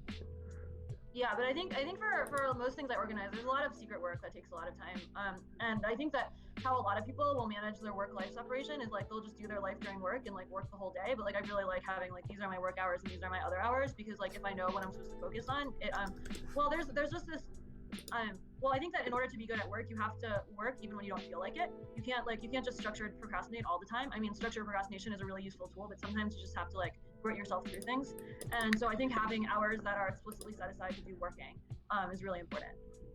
Yeah, I think that's actually a great point, especially in creative work, right? If you're writing a paper or writing and stuff, like sometimes you're not feeling it, but you have to sit down for those few hours and just try it, and then stuff will, slowly but surely stuff will come. And if you don't sit down, nothing will come. Right. Yeah. So I think like for me it was really helpful to have like, okay, Because the working hours, explosion hours for work, is the other hours I can do damaging whatever it. I want, and there are enough of those hours that I don't feel compelled to just like sneak other time into my On work hours. damage. And yeah, I think I guess I don't have on damage on I here. got a little bit disillusioned with my working hours after a while because I realized that I was having much less fun than a lot of other people. Like I didn't really socialize with my friends very much during work. And I think it was really interesting. Like Daniel Jackson walked by the office once and said, "Hey, Jean, I think you're the only one who I always see working at your desk when I walk by." And other people said, "Oh, that's because she's on the internet the whole time."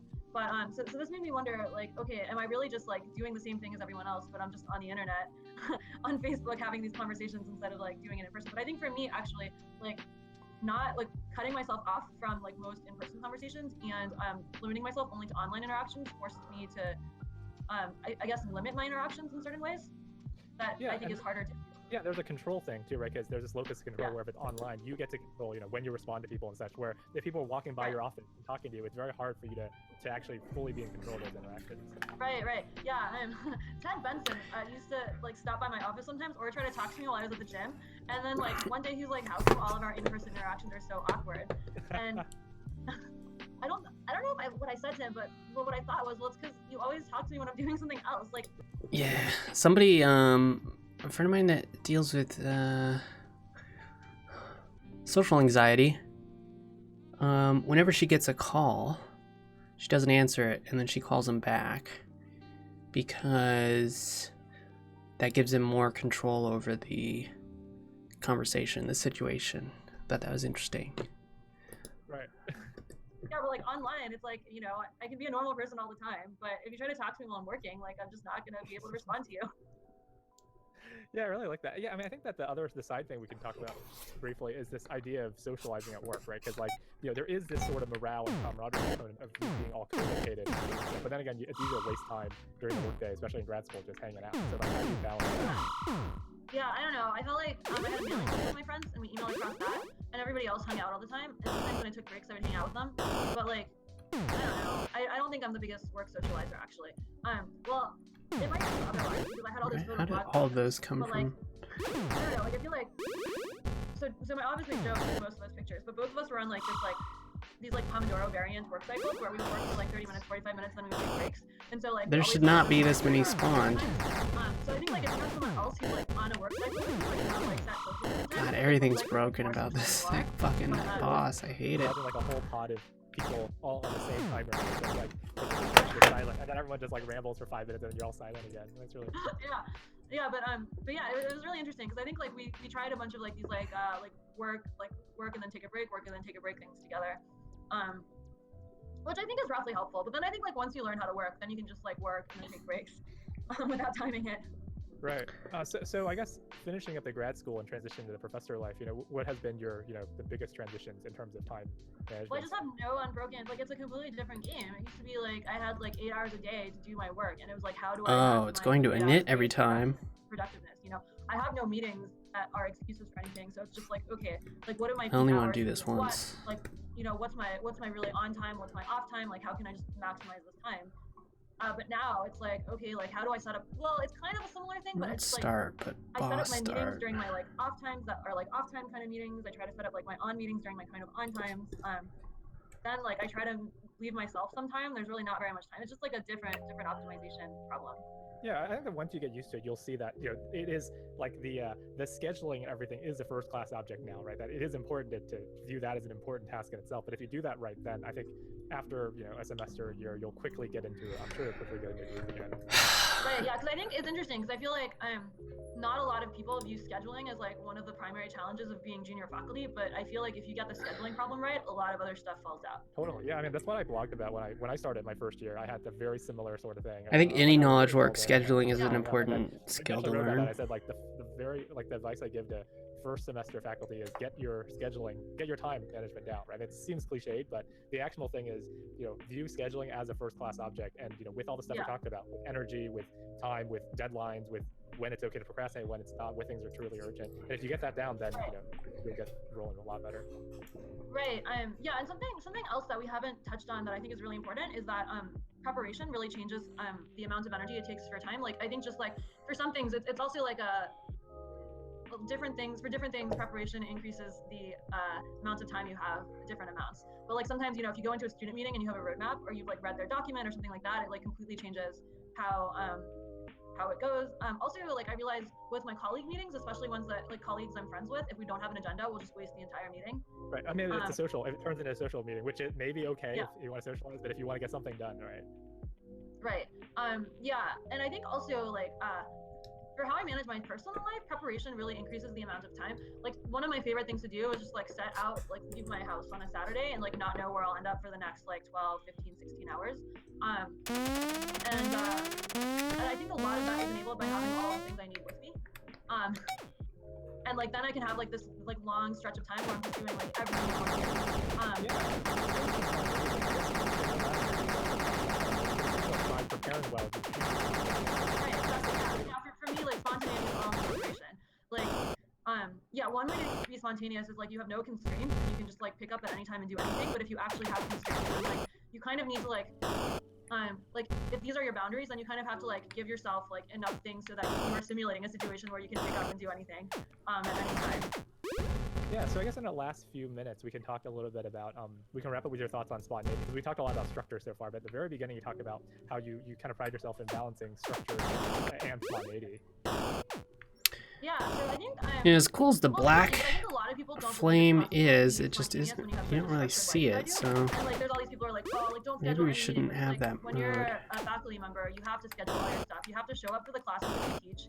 You have to like manage your time well enough so that you have time for your students. You can kind of be a jerk and like not do those things, but I don't think that's the way to go. So then I think like what you really want to do is like make the most of the lots of time that you can be spontaneous and like use those as best as possible. And so like for like my Saturday, so if I have a Saturday that I can do whatever I want, then I try to figure out what I want to do and what are the things for them, and then like I select all those things, and like then I can have a spontaneous day where I'm just not like I only have like 2 hours left, and then like I have to go home for this and all this other stuff, right? Like you can just have all your things.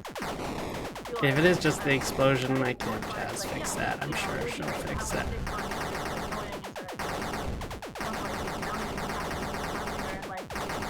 Alright, it should be gone. Blow up. Yeah, there we go. Doing some preparation for like smaller meetings with them, like what are all the things this collaborator did, and I will read these papers. And so like instead of like you can kind of turbocharge things up to speed. Like it could have taken 3 months for you to like sit with that Alright, let's collaborator. do a and couple just, like, things. but it also took them 3 months to write a paper at some point. You could just read that paper. So I think like preparation is a really good substitute for a lot of time to allow for spontaneous interactions to occur in a smaller amount of time. Yeah, I think this is a great point to end on. In that. Actually, yeah, we were just talking about that. We were talking about the trailer that we've been working on.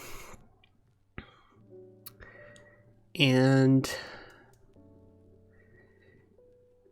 kind of approaching it in a very sort of like iterative, like rapid prototyping way, which involves live action and voiceover and stuff. And Paul is going to be in it, but we can't actually record those until he's here.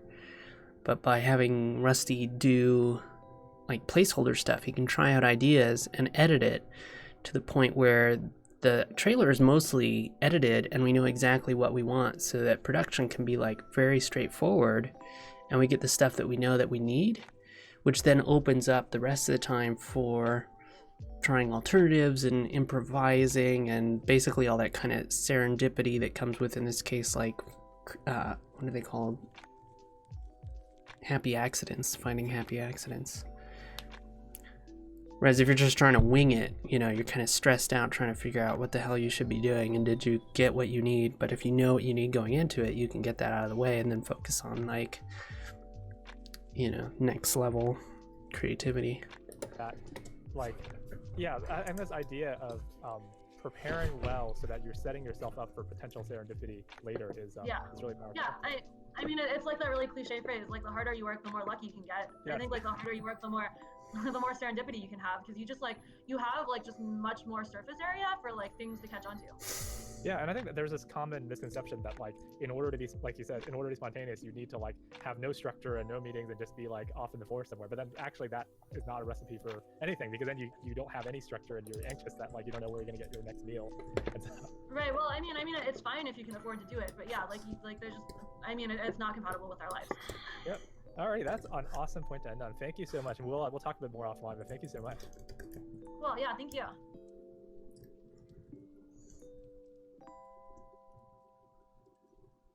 How does this work?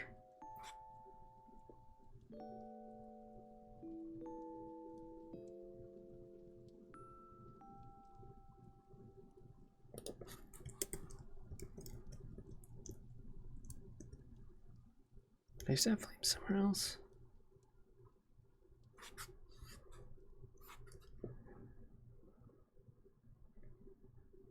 Oh, it's just setting it. Okay. Alright, what's next? Anybody else have, I might be done with this. I think I've heard enough from this guy. What might be more interesting is the Game Keto podcast. So I'm also going to be on this weekend. And I haven't heard any of these, so...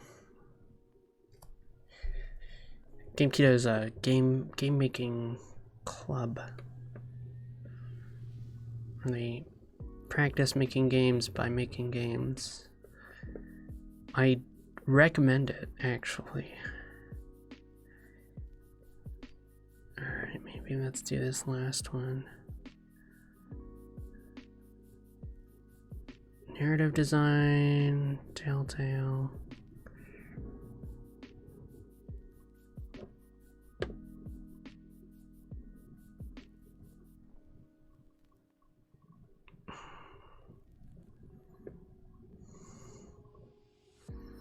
Game artist. It could be interesting.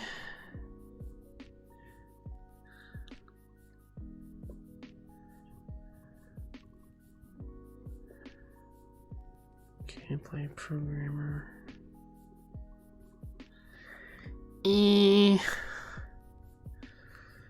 Learning how to code games.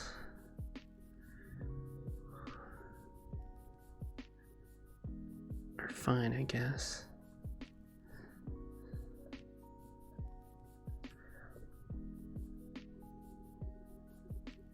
I think I saw this person's talk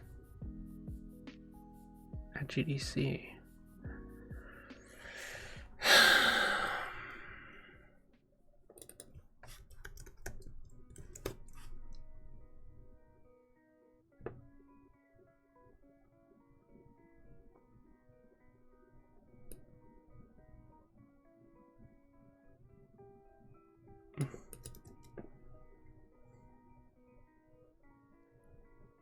Networking for introverts. Alright, let's just try this one. Speaker today is a voice actress, and am I saying it correct? Is it Elena Linaire? Yes. Okay. Awesome. TYBAWAI is the Twitter alias that we all know her by. She's currently creating Call Me Sarah, and we'll be talking more about her voice acting. We'll talk about what games she's making. We'll talk more about all kinds of things, including, I believe, networking for introverted people, and there's another thing, self-care for freelancers. Looking forward to chatting more about that near the end. McFunky Pants, if you're ready to pick things up for Portfolio Party 2.0. Oh, he's using Danny B's.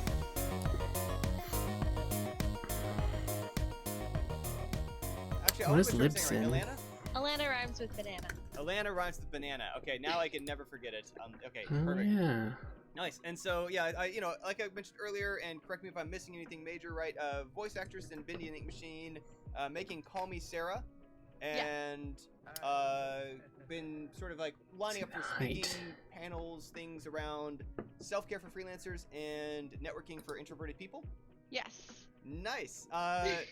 however you like to lead into it, whatever you want to start with and so on. We can actually do this kind of either way. You can kind of, if you want to kind of monologue it. Oh, you that, found me or we by kinda just go time. bounce questions your way. I was gonna talk to formats work for us. I have like Adam a little bullet Stakoviak. sheet for both Remember? networking for Some kind of introverted wearing and for changelog self-care shirt. freelancers, so we can choose a topic. He lives kinda go nearby. over it, and then switch topics and kind of go over it. Does that work? Sure. Yeah, totally. Is there one you want to lead with? He lives nearby, and I'm trying to decide if I want to do my own podcast and like, you know, manage it and all this, or see if he wants to produce them, because I know he'd be down to do a podcast with me. I think I'm just concerned that I have to pick like a topic, because that would really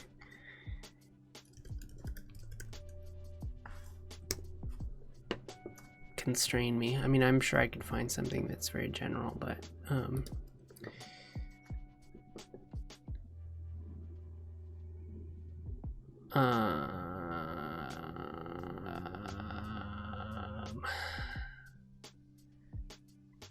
aren't there other podcasts? Where do I find the other ones? JS Party. All episodes. I mean, I could talk about anything. It's actually not a it's not helpful to increase the number of things that I could talk about on a podcast. But maybe that's just how I should roll, because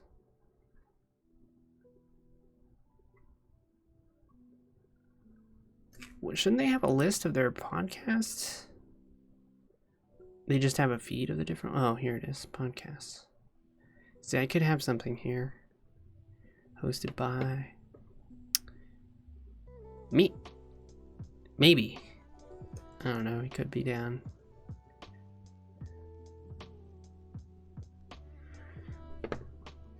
I imagine he'd be down just if I do it frequently enough, because I know some of these just are not happening enough. Or it seems like, let's see, this was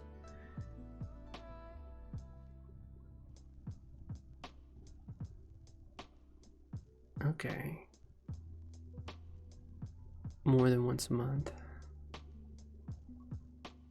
I thought they were, maybe they were on a hiatus for a while. I guess the cool thing is I could have the podcast be on changelog and then stream it at the same time on my stream, so it would kind of capture both.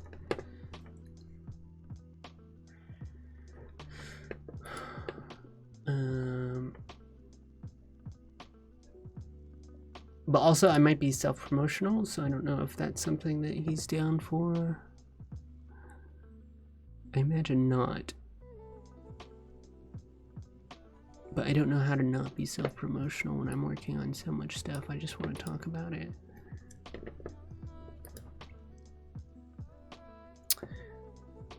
I'll bug him later.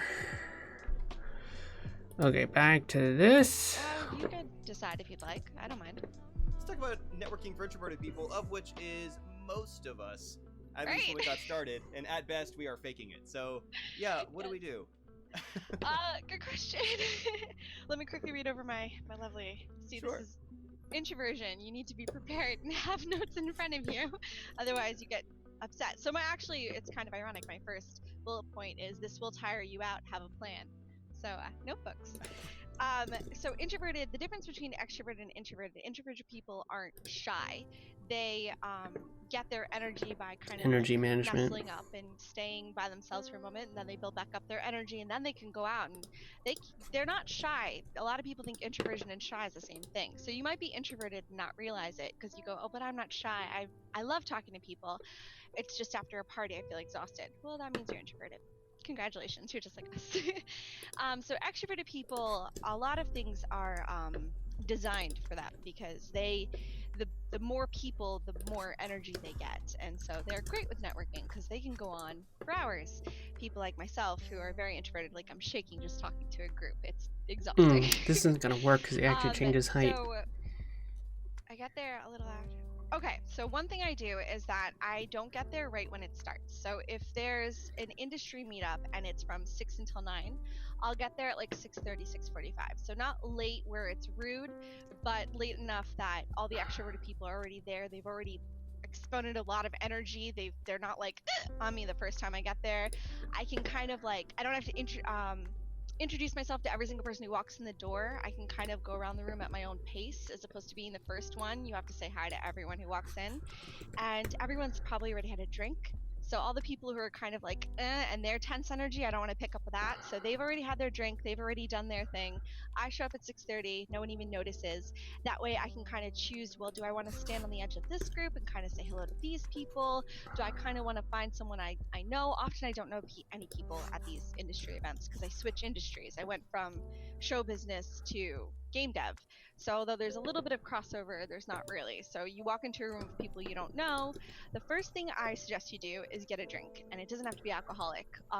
Cranberry mixed with water looks like an alcoholic drink, so you can fake it if it's a clear cup. Or Topo That Chico. way you're totally sober. You don't have to like go in with the drinking thing, but have something in your hand. That way you can play with it. If you run out of things to say, you can sip it. I You take can CBD pretend or like, oh, let me go get smoke another weed drink. before going to Well, an no one event. cares. They're all in their own thing. Often we get upset because we think everyone's staring at us, but in reality everyone's already in their own head, so they're probably not even noticing the things that you're nervous about. So kind of get yourself situated, get yourself like a lay of the land. Sometimes when I'm really nervous, I kind of show up too early and then I go home and I change and then I go. That way I just know like where the bathrooms are and where everything is. I'm so introverted, guys. Kind of. I mean, you're scouting out the territory. Scouting? Exactly. Yeah. So just like little things, get yourself successful. So have a game plan, know It's what preparation. you need, and get yourself situated. That way you can show your best self and your nerves aren't coming out. So let's see, those are the tips. So the next thing is business cards. Simple design, have them on you, but only hand them out after meaningful conversations. So people get nervous and they kind of hand out business cards like left and right. You really only will hand out maybe 5 or 6 if you really think about like a 2-hour event. How many conversations can you have with people that are meaningful? You want the business card to remember the person and for them to remember you, not so that you just get a pile of business cards at the end. So go up to a person, mention something about their outfit or what have you, have a proper conversation. And you can have a lovely conversation with the person and not hand out your business card because you're not meant for each other. Like you can recognize them and say hello to them, and at another event say hello to them, and maybe down the line have that interaction. But I can have a lovely interaction with a person, and they do something. They're in AAA, and I've got nothing to do with AAA. So lovely, nice to meet you. But we're not going to have any sort of business interaction. Both hands were so shooting. I'm not going to waste their card. I'm not going to have anything to say and a follow-up email. So I'm not going to waste the money, time, and effort to do that exchange if there's no. It sounds dirty if you think about it like, oh, there's nothing to benefit from later down the road, but that's what you're doing. You're networking. So you have a pleasant conversation. You don't just blow them off because you have to gain from them. But that doesn't necessarily mean, okay, meaningful conversation, business card. Meaningful, you know. And actually, on a related note, one of the things that I've seen some introverted folks do, especially at BBC events and so on. I think I like the way I like to think about networking is maybe just like you're think saying, of it as like not a lot of casual business overlap. networking. I Like mean, maybe networking something, sounds but so in the near term, formal. not really If you say restrictions on casual it. networking, But I don't know if I it's feel like person that captures sort of like the approach that hiding, a lot of clean to that people are person, actually and then applying. not bounce around meeting other people or having other conversations. And also be making strategies for like how to do that in a socially acceptable way. Connecting with Is that a people thing maybe you is an see, or even do you better feel way. like how to deal with that to think coming up about and it. it's kind of like, oh no, the person I ran into wasn't a good match, and then I spent the entire 2 hours Totally. I think keeping your body language open, that way if you're facing a person and it's like a 2-person doesn't really invite anyone, everyone else is trying to walk around and say hello to everyone else too, so you can cheat your body out so much as to say something you're trying to head towards the person, kind of gives your body language like I'm Fucking laser. over. A thing that might require practice. And by the way, practice isn't where you go. It's not everyone who's smart does it. I do it. Practice what? Practice handing off a person. So this can be for if a person is clean to you, or you feel yourself being clean to a person. Practice going, hey, this is Bill from AAA company. So a person goes over and be like, oh, hi, how are you? Do the same interaction you did with them. Be like, I was just talking to Bill from AAA company. Do you work for AAA? I feel like you might. And there. And now you're out of it. You've introduced two people, so you look like a good guy.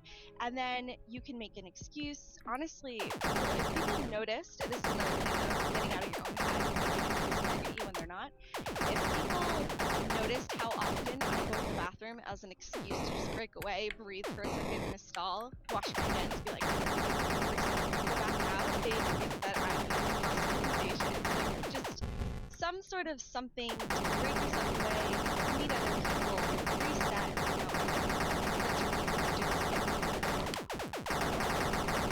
The next and final thing I'd like to say is introducing yourself can be tricky. People, I won't even go into the bad habits. A lot of people don't even know how to do it. So a good thing is introduce yourself in a kind way that gives the other person as much information to look smart.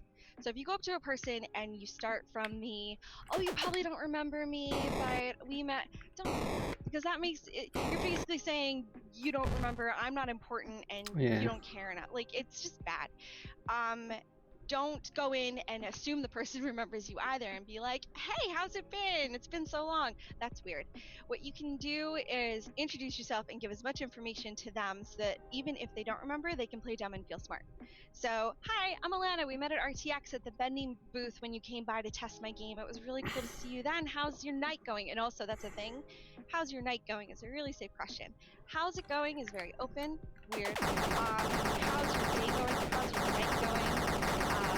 Things like that where it's very easy, like, my night's great, this party's wonderful, and it opens up conversation, as opposed to if people ask me, like, how was your weekend, or how was your week, or something like that, unless I'm, like, thinking, all of a sudden, like, what am I doing with my hands, and it just, you want to set the person up, what if the other person nervous too, you want to give as much kind information to them, and show I'm a down-to-earth person who's just trying to have a conversation, we're both nervous. Let's have fun. Hi, I'm Alana. I worked at Betty the Machine. You stopped by our booth at RTX. I remember you. How are you? And you know what? If they didn't and you messed up, they're not going to call you out unless they're a jerk. So they're going to be like, oh, yeah, what just happened? They know you worked on Betty the Machine. They know your name. I'm stuck in teleporting. You know? Yeah, right on. And of course, so a lot of these are certainly relevant to in-person events, but also lots of folks who might be looking to network online who are introverted as well. Is that anything you're able to have? Totally. Same thing. Hey, I'm Alana. I'm Tyboy on Twitter. I saw you were having that conversation the other day about. Okay, so the other thing that's bugging me are the I saw that your shockwaves. I don't know, just some sort of something that they can crunch into that they might Might not remember. even have the or shockwave if graphics. they have 1 million followers and you 4. Hi, I'm Tyboy.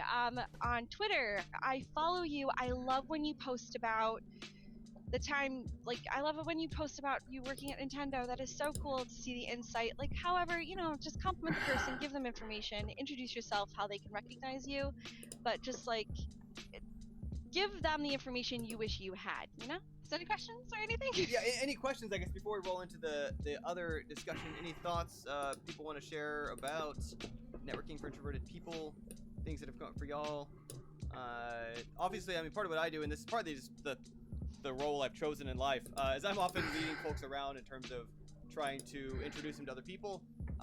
Sometimes I will tend to go for those cards, even if it's someone who I don't have a media connection to, because part of, like, I identify as, like, I'm a networker. I'm there to try to help, like, oh, you should go talk to Trey over here. He also does audio. Here, I got his card in here in my pocket somewhere. But that's not everybody's thing. It doesn't have to be.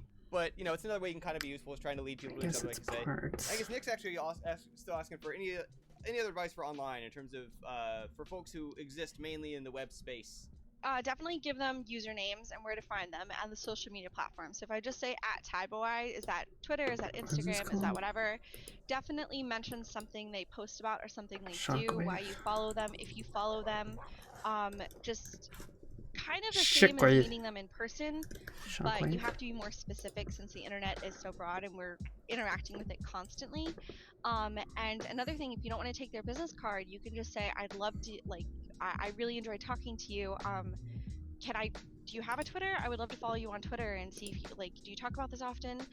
It's totally okay to ask a person for their social media. That's what it's there for. I mean, they say there's two people online, people who want more followers and people who are lying.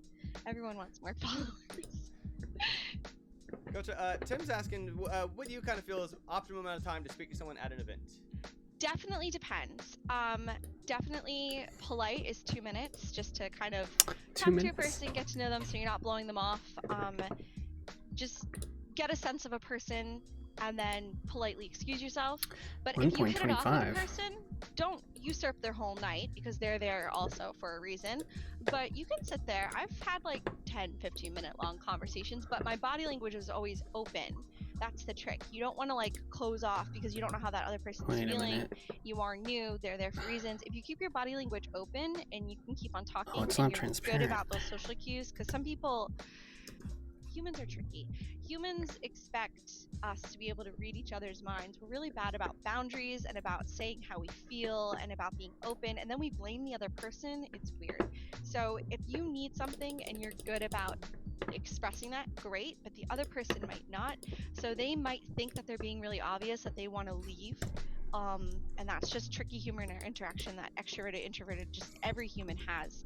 So kind of just keep your body language open. Does this Don't have an make outline? them, as much as you can, feel like you're like honed Did it in have on an them, so they outline? have an out if they so need. But other than that, like if they're just sitting and chilling, I mean, maybe you're the only person they feel comfortable talking to. It depends on the person. this and have the an outline? I situation, don't think how it you did. feel, and humans are tricky like that. One of the difficulties, right, of networking is that when Nope, you okay. most need someone for some reason, it's kind of the hardest time to meet them. Sure.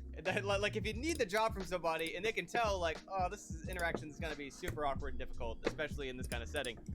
And so it's where ideally a lot of networking, trying to think of a very long term of like, you know, let's have these conversations while it's easy. And that includes a lot of the people in my network who are Let's see super here. established or super Boss. accomplished. When I met them, they weren't.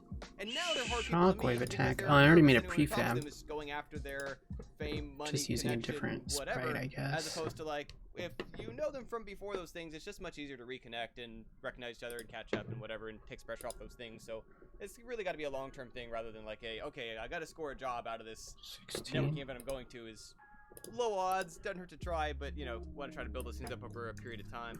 Terrence asking, should interactions for networking only be done in person, not like DMs or whatever? Sliding into DMs is a tricky subject. If you are a guy and it is a woman that you are trying to get a job from, don't. It's just there's so much ugly that we have to put up with that even if that's not your intention, it's going to be looped in with that. Just don't. I'm not Drowns a in the dude, noise. so I don't know if that's okay. What do you think, Chris? Is it okay for a guy to? It varies on the level of how cold the interaction is. Like if we've been mutuals on Twitter for a while and we've liked each other's posts and we've seen each other around and I have some idea who the heck this is, it's so much more likely to get a response from me than if it's like one of these things of like it shows up under the other tab of like unknown people I don't follow and a message was sent and it was like. And sometimes you can also tell, and it's a bit like you get these kind of cold LinkedIn recruiter emails that are like, hey, I really like what you're doing with Gamketo. Here's a totally unrelated thing. And I'm like, you have no idea what I do with Gamketo. You have copy and pasted this. That was a template, and I'm just not going to respond, or I'm going to spam mark it. But yeah, I mean, certainly, like I say, it doesn't come across with the same sort of unpleasant, aggressive vibe as can be totally concerned across gender communications and DMs. So yeah, it varies. I wonder if Like this say, needs a it helps blank to one cut as well. credibility Try it before for a the blank person. one. Some lighter weight version of I think of one of the challenges in grad school a lot of people have is like how to approach these high profile professors, these intimidating people, and basically it was like, do your homework, study their research, read their books, know something about who you're talking to and what they're doing so you can have a conversation, engage with them about what they care about, know about. And the same thing's true for industry folks as well, of like, if you actually do know a bit about it, not you have to go to extremes and obviously don't stalk anybody, but learn something about the person you're trying to engage with is going to help tremendously to give you some sort of context. They even have any idea of like, is this applicable to ask what I'm asking?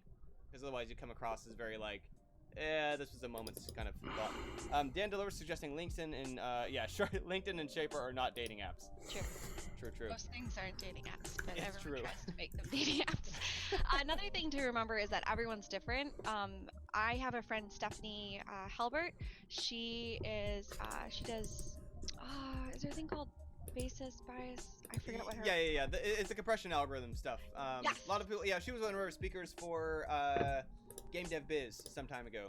Brilliant. Yes. So Stephanie has no problem. She is actually rather extroverted, which is funny because she's one of those mixture people where I think she's extroverted and I think she just doesn't know it yet.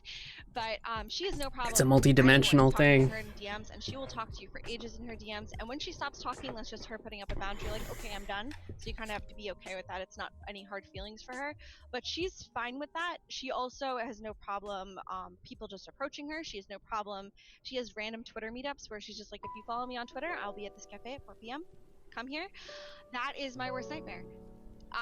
For me, I don't care. I've done that if before. you are Sometimes the it most works. Kind, wonderful Oh, person. shit. I don't respond to DMs. I don't respond well if someone approaches me where it's not at like a proper event. I know So what it the just depends problem on the person. is. And I'll clarify too, something about Stephanie, right? She broadcasts that. Sort of. Like, she's like, message me, my DMs are open. I want to chat about, if you have questions about entrepreneurship, whatever, shoot me messages. I'm here to do it. And again, it's like part of obviously, like, she's sort of expanding her network, learning what kind of questions people ask, informing her. I wanted Like, to it's fix benefiting her that. from a business perspective as well. She's inviting it, but that of course we don't want to assume those if someone's not actively broadcasting, hey, shoot me messages. Teleporter. Yeah, probably don't. Yeah. And I think it's fair to publicly ask, like if you publicly tweet them, not DM them, but tweet them, hey, are you okay if we like, you don't make it about you, clear like, me. do you mind if people DM you about tech related stuff, or like whatever you want to do? If you make it broad, I'm sure people will tell you honestly what they feel. For me, I no offense to anyone, I will never respond to DMs. I'm sorry. It terrifies me. It's just not something, it feels very personal to me. I get upset, but I've got, everyone has their baggage, and that's something of mine. It has nothing to do with you. That's another thing. A lot of this, human relationships and interactions are weird. Everyone comes with their own baggage. Often when people react, it's them, not you. So don't take it personally if someone shuts you down or whatever. That's their baggage. You could look like their cousin that they don't like. You don't know what their issue is, It might not be anything to do with you. Wait, do I There's want- this old saying, basically along the lines of like, just because you're a vegetarian doesn't Am I mean just the missing bull won't reverse? charge. What is reverse? Like other people don't have any idea what your intentions, background, expectations, etc. are. They're going to be going from the baseline of their assumption of like you're a stranger, and that's currently all they know. And so until there's further information that they have, one means or another, that that's not the case, you can't really blame them for just being cautious or making the assumption of like, I don't have context for this. I have to treat you as if this might be hostile because Exactly. I That's don't it. know.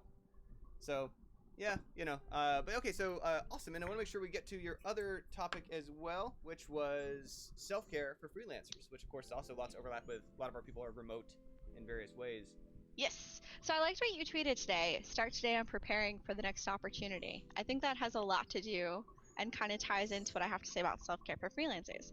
So setting boundaries, like I've said previously, humans are really bad at boundaries. Like we overshare, it's just human. We have to in fact, Call Me Sarah is basically like a game about making friends as an adult and boundaries, because I think people need to learn a bit more, and I figure why not put it into my game.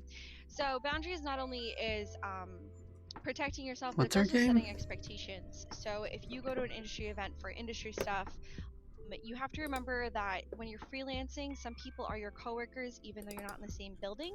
And so having the thing in your head of this is a friendly coworker, but this is a coworker, not a friend. Okay, now we're friends. You need to start everyone off How as do a I coworker, even if you're friendly see with that this coworker, game just like you that's- would if you were working at an office.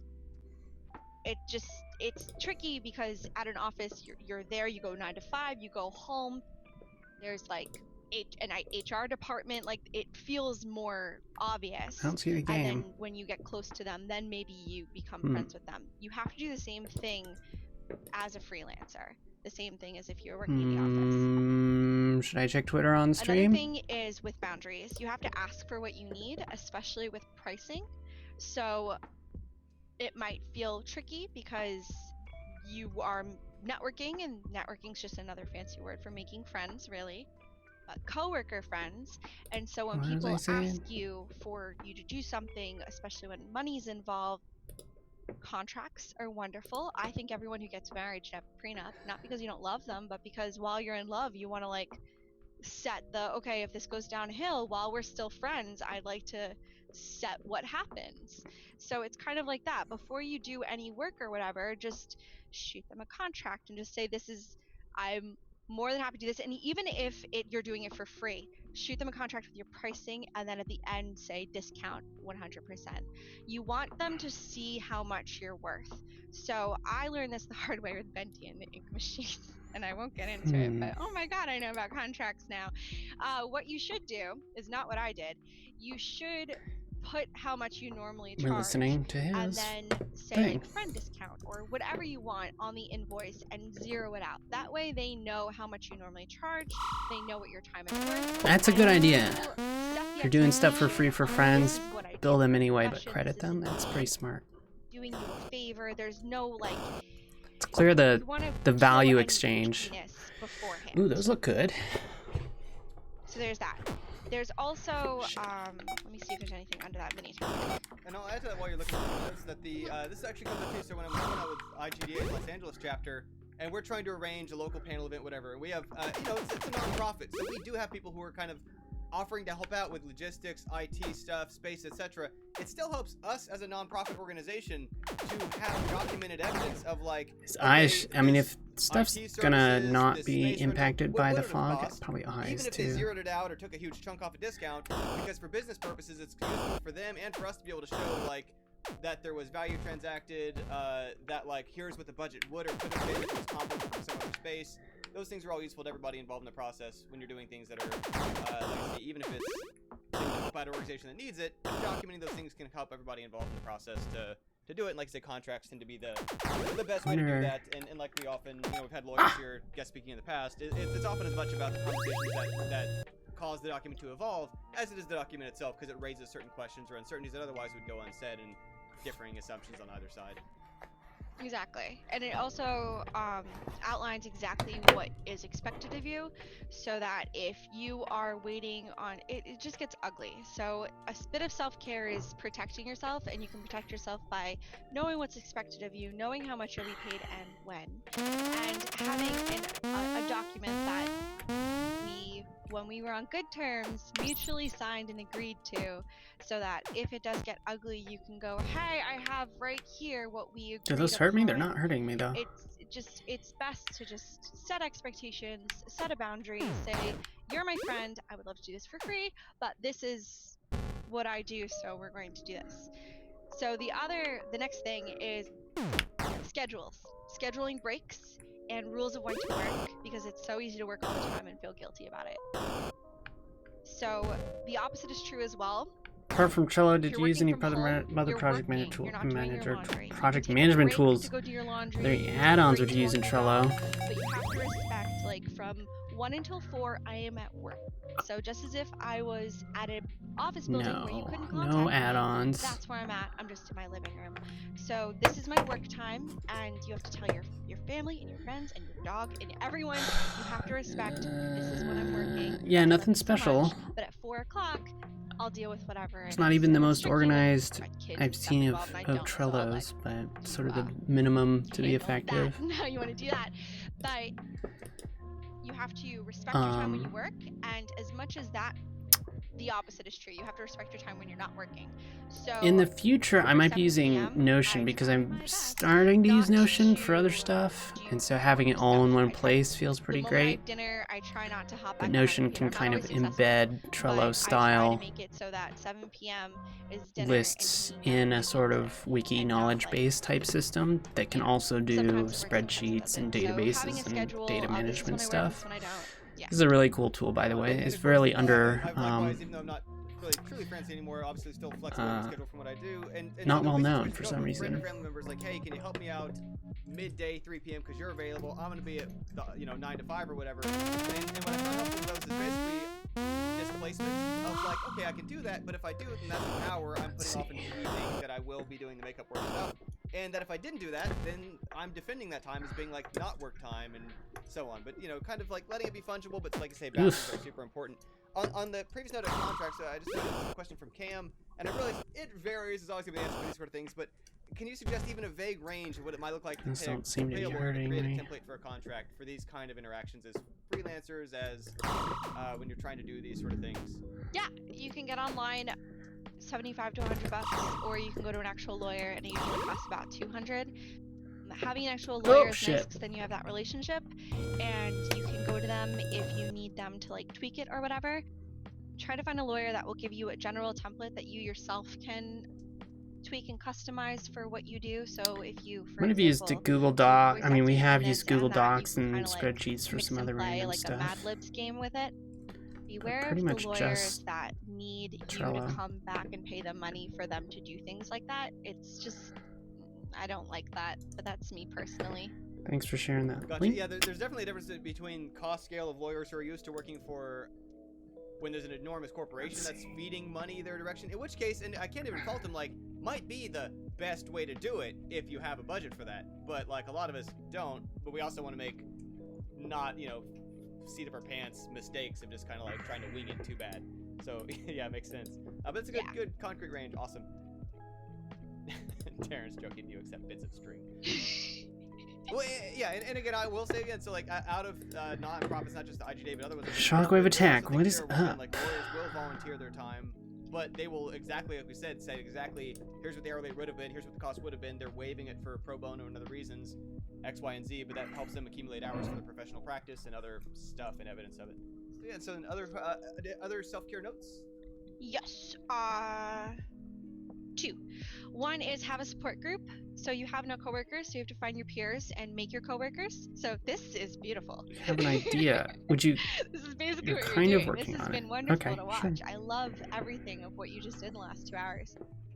And if not, then Meetup's a great program to do it. Industry meetups, and kind of just like, even if it's a coffee or a happy hour, even if it's not business related, it's just people who kind of do what you do to vent. It's nice to not be alone, especially if you are working in a kind of toxic contract situation and you have others who have that experience. They can kind I of, wonder. like, the moment I was sat down and be like, girl, you want to know why you're in this situation? Because you didn't have a contract, and let me spell this out for you. That was eye-opening, and that came from a peer. It came from Stephanie. Boss, grab. From a peer. So in theory, I could change That the was grab Stephanie implementation sitting on the the phone with me boss. For 3 hours, she talked to me, and she was like, let me school you a bit, because you're my friend. And I wouldn't have gotten that if I didn't reach out to her and be like, we're peers and I need help, please. So you kind of have to Boss seek out equals people game who, object. you know, are in the same space as you. And the other thing Ah. I wrote, if I could read my handwriting, communicate with the people you Let's are. do. Oh, okay, minor. So if you have a contract with a person, like say I agreed to do art for whatever, and I was going to have it done in 6 weeks, but then my cat died and I got sick and whatever.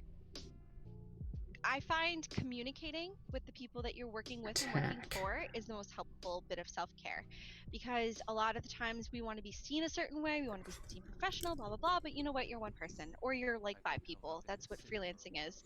So even if you give them an update every so often, being like, hey, I just wanted to let you know everything's on schedule, we're still good for 6 weeks from now, here's what I worked on, thank you so much, just checking in. Or Alright, so this should hey, damage I know that I me was supposed to have now. it done in 2 weeks, but you don't have to get into details, you don't have to make excuses, just be like, it would be great if I had a week or 2 weeks extension, things came up, and then it might get sticky, like money might be, I don't know the details, but that is so much better than it being due a week ago and then Follow a bunch of people on Twitter. Professional person that So my didn't website, even you have the kind of select a list of courtesy your to blah, blah, followers. blah, blah, blah. So a bit of self-care, Whose because tweets you're that interested weight of the in. world on your shoulders when you can't do what you said you would do is You so unhealthy. Go to your job. You can't think, you can't eat, you get stomach aches. It's just not worth it. Especially, like, I have bipolar disorder, so I have ups You and I can have downs. job. So when I'm down, I can't leave my bed, and that's why I work alone. Background. 'Cause I Oh, have like to a do. background job. So when I say I will do something, and It something gets came all the up tweets back by that before, person. I was better about mitigating. Convert them to this moment. audio. Then Not upload as a saying something podcast. weighed me down and stressed me out and made me more sick Wow. than if I just called them and said, I feel like a horrible person, and I don't even know how to say this, and I feel absolutely terrible, and I want to make it up to you. But what I said I could do, I can't Yeah, something do. like that would be I don't know cool. what to do. Please help me.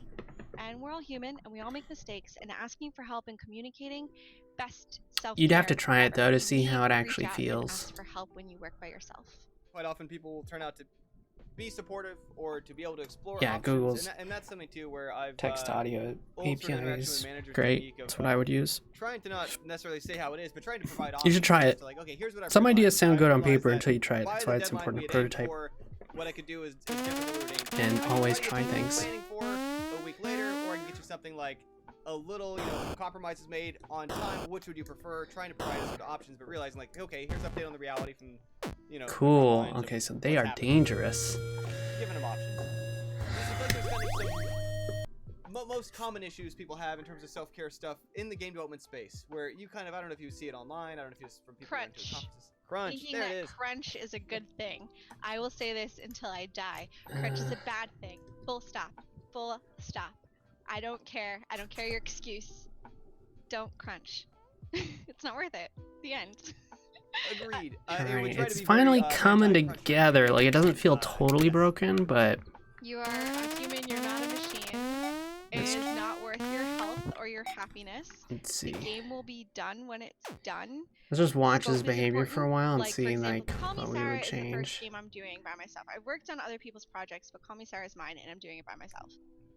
I don't particularly There's know that the whole program. problem, but I don't think that's a really big know deal. what to do. Art, I'm learning as I go along, and I went into it knowing that I don't know much, and that's kind of what excites me about it, which is why I'm streaming so much of it, to go like, look, I can't draw a straight line. 3 hours later, look at how I drew a straight line. See, you guys can make games too. I drew a line, yay. But when I first wrote down what I wanted to do, oh boy, it was so much. So Call Me Sarah is a narrative adventure game, so it kind of is not a choose your own adventure, but that's kind of what the layout of the game starts to look like, because depending on who you talk to, then things open up type of a deal. I should do something to give me the I upgrades. had to make, there's like 8 places in town you can travel each day, and each of those have interactions, and they have like 6 interactions, and if you just extrapolated, I had like It's funny because it doesn't let you look all the way up. I can only get this close if I want to shoot the head. It was so much. So then I realized that if I made it so that you can only travel Hard to see those black enemies on the ground. every Yeah, I single think day, that's that part cuts of down the my work into a point. third, All and the all of a other sudden I enemies could in do it, this and it didn't affect the gameplay. sector are Ow! like that, In fact, it made it a better game. So now I can actually but code it what means I had do to as like opposed to having not all spawn of as these- many. It's kind of like what's the Netflix thing that everyone's going on about? Bandersnatch. It's kind of like Bandersnatch, how he just like cut everything out and he's like, it's a better game now, 5 out of 5. Yeah, it was like that. Like, there was just too much going on, and then I cut out half the game and I realized that the players didn't do what I want them to do. If I'm getting teamed up. Same with art. I was doing my art stream on Pixar, and what I had in my head was exactly what my hand did. But then I kind of was just like, you know what? I don't hate it. This is what my hand did. This is where I'm at. So this is the style of my game. Choice. Right on. Kind of bug is the feature. There it is. Yeah, the style of work comes out of your hand. It is consistent then. H is asking me to tell us a bit about kind of what you We do on a want those day-to-day to basis, like your have an rhythm, explosion when they're gone, or too. other kind of- Yes. So Monday and Wednesday I stream on Twitch. I kind of do like what you guys did today on Mondays with my community. We kind of go over what we need to do for the Meh. week and go through a to-do list. That's weird. And then on Wednesday I stream games. Kabarf, yes. So hangout area. So I have subscribers for that. I think because they're supposed to drip On off his Tuesday, flames, Thursday, and the which hours made that I'm not more streaming sense when it was Wednesday. black. But with the I fog, have it's really a hard long to to-do see list any of of that. basically what So, I've broken down for yeah, it might make them more, at least their presence, be more obvious But right if now I'm working they on come out of art, his and mouth. I kind of just chunk out what I need to do for the game, and I learn as I go along, and it always Yeah. takes longer than what I think. But the laser On the is. weekends, I'm a waitress. I mean, he could go I have back a and day forth. He job. I could work at a spit restaurant out different downtown things. Austin. What else? I kind of pick up. lives in I used Austin? to pick up voice acting gigs because I was an actor in New York for like a decade and a half. So when I was in New York, I did acting, and that paid fairly well. And then the last voice Fucking acting gig lasers. I did hate lasers. I wish lasers were fixed. We've tried to fix them. 5 days and it blew up. I have no idea why. It It wasn't supposed to be what it was. It was supposed to be a favor for a friend that contracts blew up into something. So I don't think there's actually anymore. Yeah, so kind of like if someone asks me to do some sort of project, or often it's thinking or helping them with something, I'll do that. I'll do little side gigs. I'll take care of people's things. Stops, barfs I out have 10 enemies subscribers and on attacks Twitch. again. Patreon's going up next week. So Yeah, I it's mean, like that's little what we've bits done in here the or past. there, Right now it's a and it kind of continuous builds up spawning into, flow, but yeah, Fantastic. Right I on, think right that on. it's Well, and probably actually, better. let's do yeah, I'm glad you mentioned, like you say, day job kind of other times too. Cam's asking kind of Oh, advice shit. on balancing indie dev and full-time job. I haven't and reset it in a self-care. while. It kind of feels like one of those things people present like, 3 points. Any advice you have about, obviously, lots of folks who are doing indie dev Nothing on, yet. Stable income. What do you want to do with it? Either what you've done or what you've seen others do in that kind of space to maintain that balance. Fair. A few things. One, go to therapy. That's not a dig. I'm serious. Go to therapy. Everyone can benefit from therapy. All therapy is teaching you tools you need in order to get through what you're doing. So it's really great to have an outside source who knows all the tools. Basically, you go there, you say, this is what's going on in my life, and they teach you ways, and they teach you things. Boss needs That's all it sound is. Go to effects. therapy, even if it's once a month. Just like bounce off, say I'm stressed out about this. They'll Want to buy give equipment? you what you need. Yeah. Always ask yourself, these are the two questions that I ask myself. What do I need right now? And what is the most right Was there a next slam step? sound? I thought there was a slam So I tend sound. to get very, very overwhelmed, especially because this game is just so massive that I see what other people are doing, and I start to go, Should use a lot of "Oh my God, I'm sounds." making, like a line for 3 hours on Twitch, and this person has a background scene with intricate. You start to spiral, and it's just Yeah, not that's the possible to direction compare the yourself to mining game will others go, because but besides getting bitter and hateful there's towards some other other stuff people, to you just, get in you halt yourself in your own first. tracks. But So what maybe is the most right if I next get that in next first, it's best more step? compelling first. Meaning So not what you do in 20 years I don't know or when I'm 20 gonna minutes, be able to work right on that now. game. Well, right now, For a bit.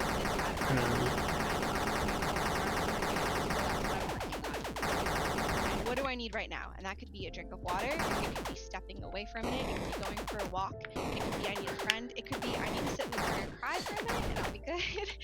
But asking yourself right now in this second, me as a human being that is 70% water and I kind of want this emotions and boss to accepting have that like I am not a machine. attack What do I resting. need right now? I probably need a sandwich and a good cry. So let me go do that. and then Yeah, I should I'll add some figure stuff out just for what I fun, like Right on, right on. And we've got, speaking of, I guess, several of those kind of causing the cave to so on. Terrence asking about some preemptive steps you're taking with Call Me Sarah to cave avoid in. Great. I plan. Before I even wrote anything, I wrote the whole thing, and like I said, this is Yeah, that's impossible. interesting. So let me scope down to something I know I can handle, and then once I have this core, cute little game, I can then build all the extra features that I really liked. So I think So truncating it, the being really I think what I honest was with thinking yourself with about what you're capable of, for that was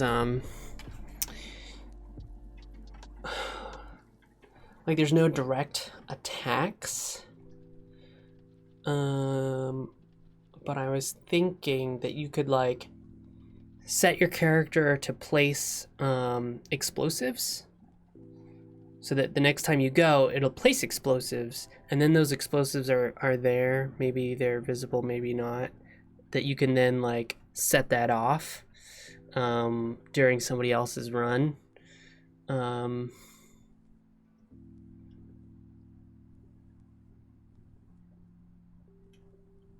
And I kind of like the idea of being able to counter if you're there. So like maybe the bomb goes off, it causes the place to shake, and if they can get out while it's shaking, then they escape. Otherwise it caves in and they lose all their stuff.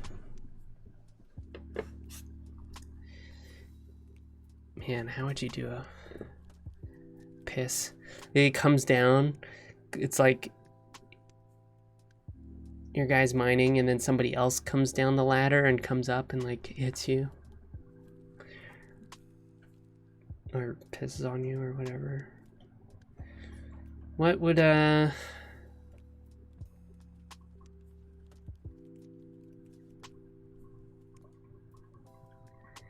doing something like that would be interesting.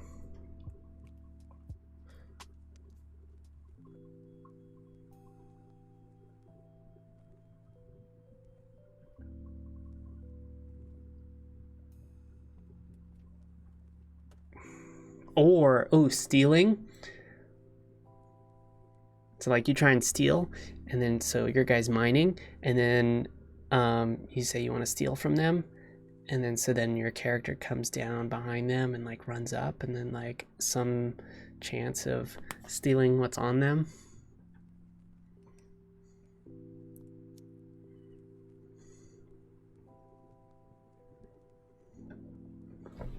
Just write that down somewhere.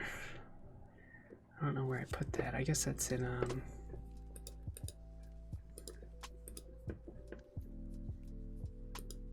here. No, it's in workbench, mines. Some ideas here. Set explosives. Steel lands from active miner. Shiv.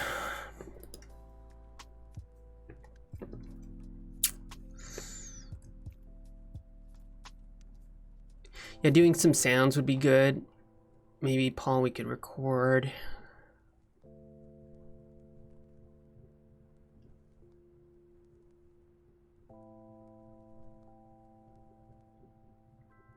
Quarantine. I was gonna say like bit crush some stuff so they sound like shitty low quality samples from an NES game.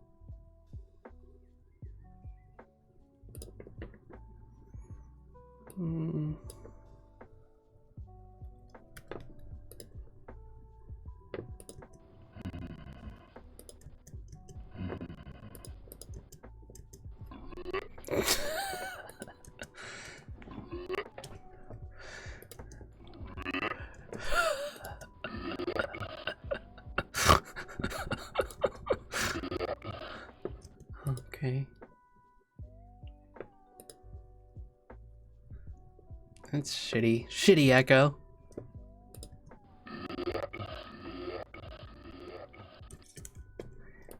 I want reverb. That's what I actually want. Oh god.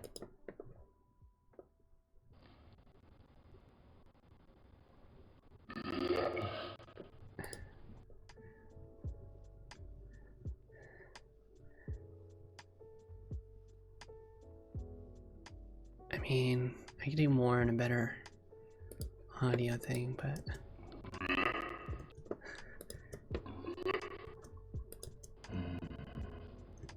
it's like the Doom sound. They probably, that sound is probably made from, they probably just did the same thing as this.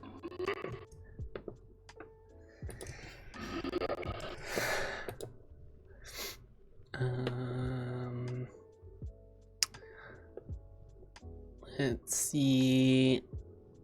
Phaser could make it more, God, these are shitty effects. Could make it more sci-fi-y.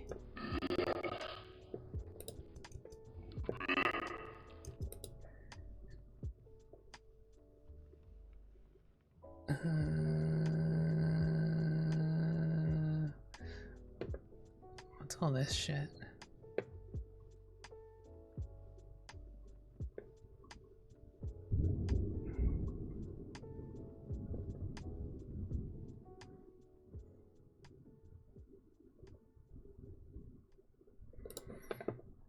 Do some compression.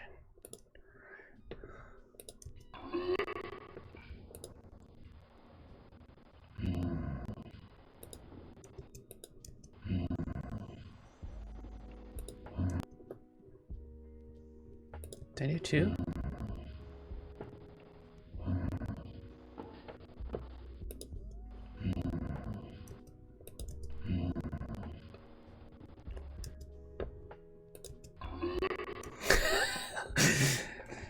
That's when it's spewing the enemies.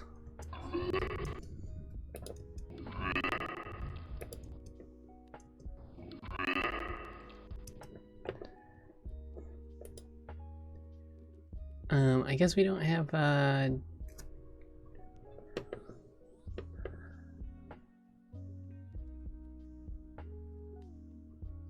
what's this gonna do?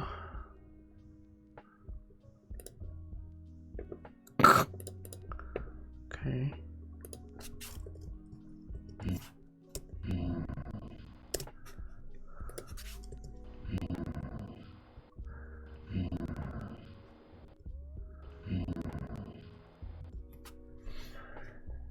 Hmm.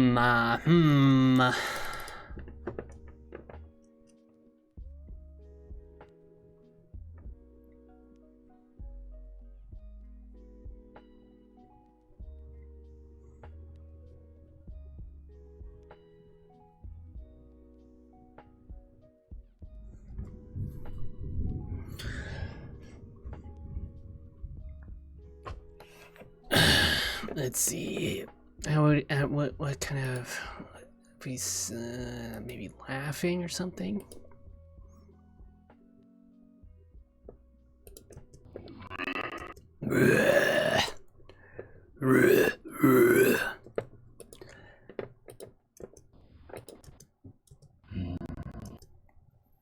Let's see. Okay, so what are some of his actions? He's like, let's see.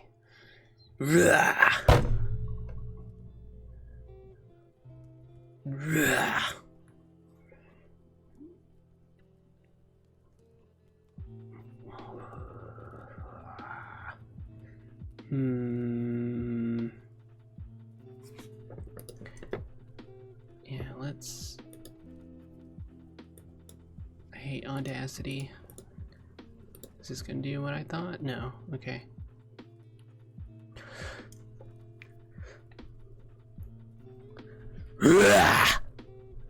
Oh, that's clipping. My volume on the mic is made for streaming.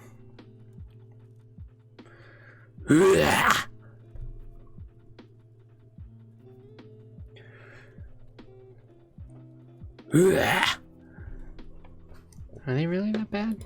Oh, that's clipping. I will just turn this. Let's see. Turn this. I wonder the lowest setting is.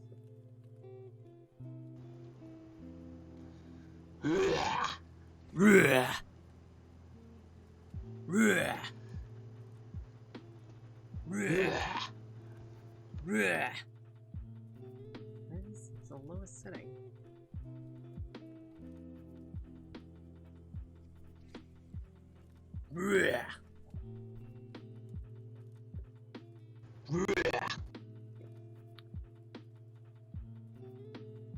I mean, I can fix it, but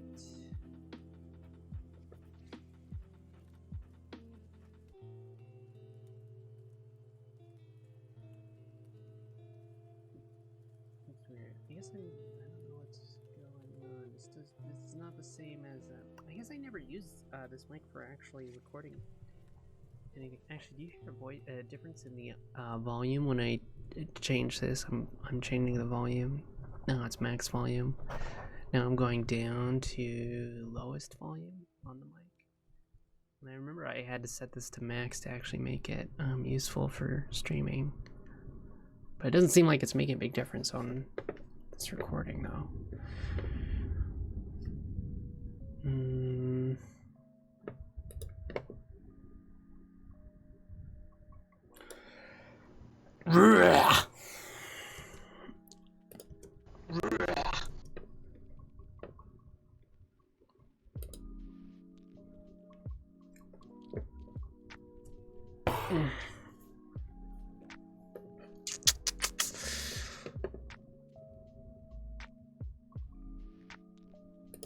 Let's compress down. Oh, I can't. I don't know how to use this one. Oh, they don't have a gain. I don't want this then. It's a shitty compressor. I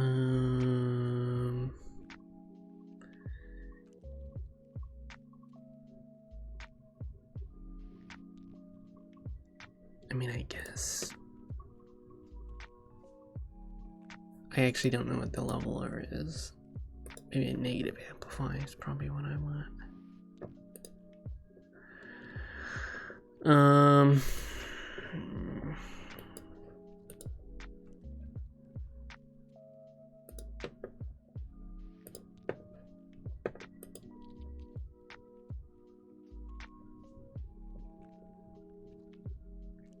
What else do we do? Pitch.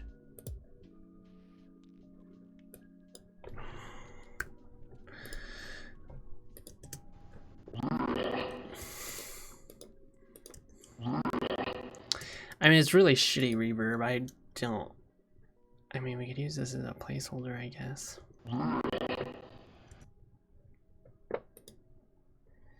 I can't scroll? What the fuck?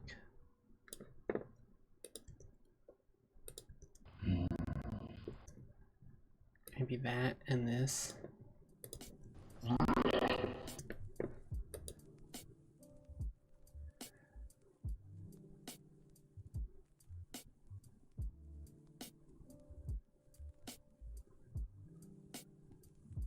Let's try it. Let's put these in there and see what happens. You can always change them.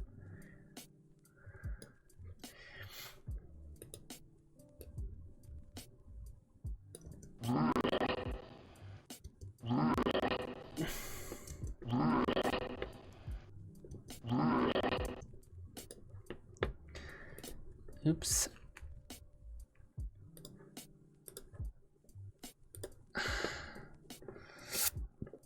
Where are we? Tigl, okay.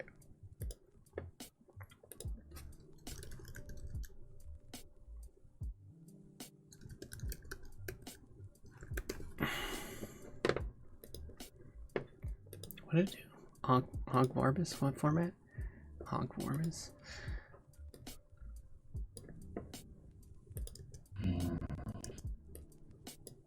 Why don't we do normalize a little?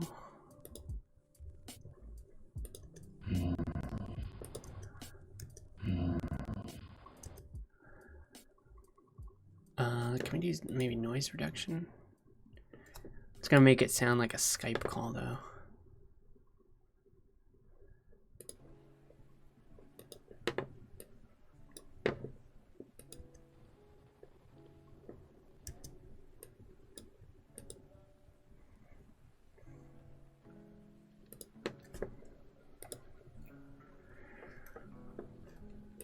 Did it work? Did it do it?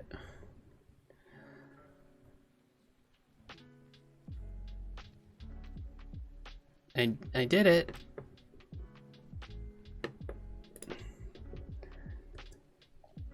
Well, okay, that got rid of it all.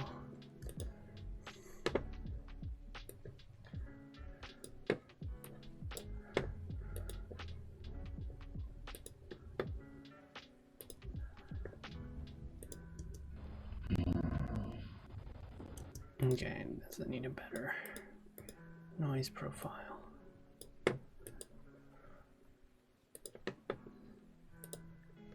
I guess I shouldn't care too much.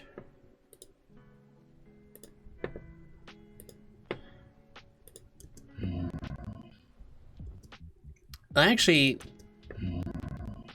I like what it did.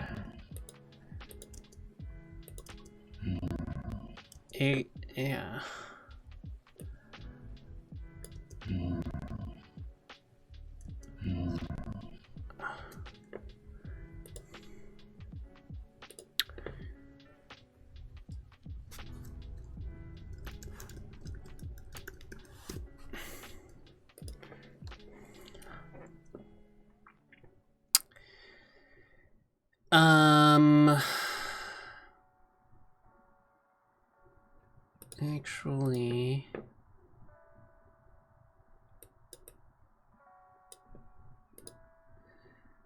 Let me try one more thing.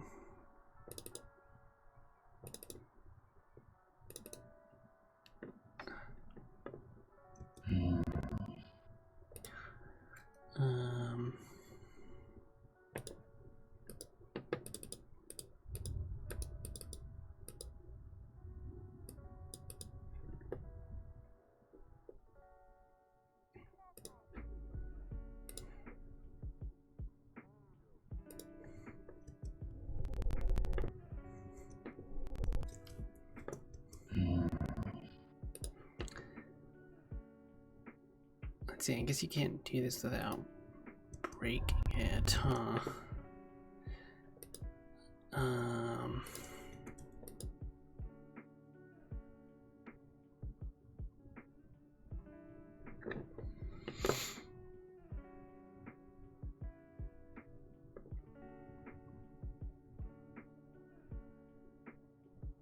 We just don't have a lot of options here.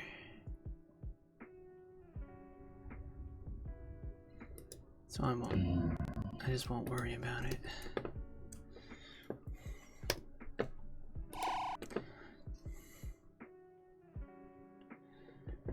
Let's see. Does he have an audio source? Cool, so we can put some sounds. Boss final.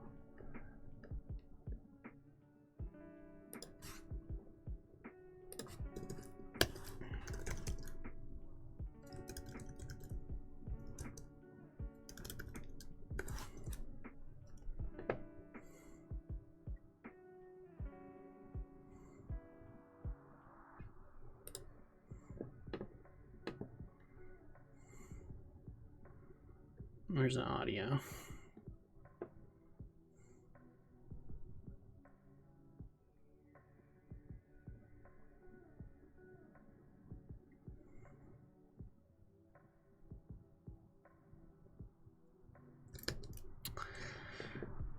I guess I'm done with that podcast. I wonder if there's any of these others. Anybody interested in any of these? Maybe somebody I know.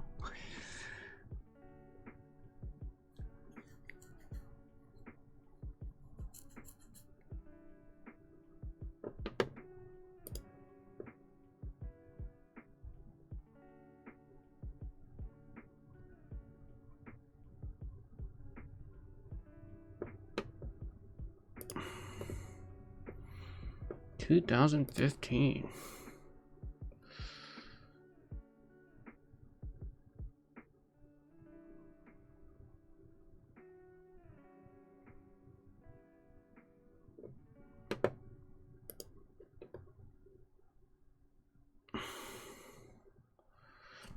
For somebody I know, I'm gonna probably be bored of it.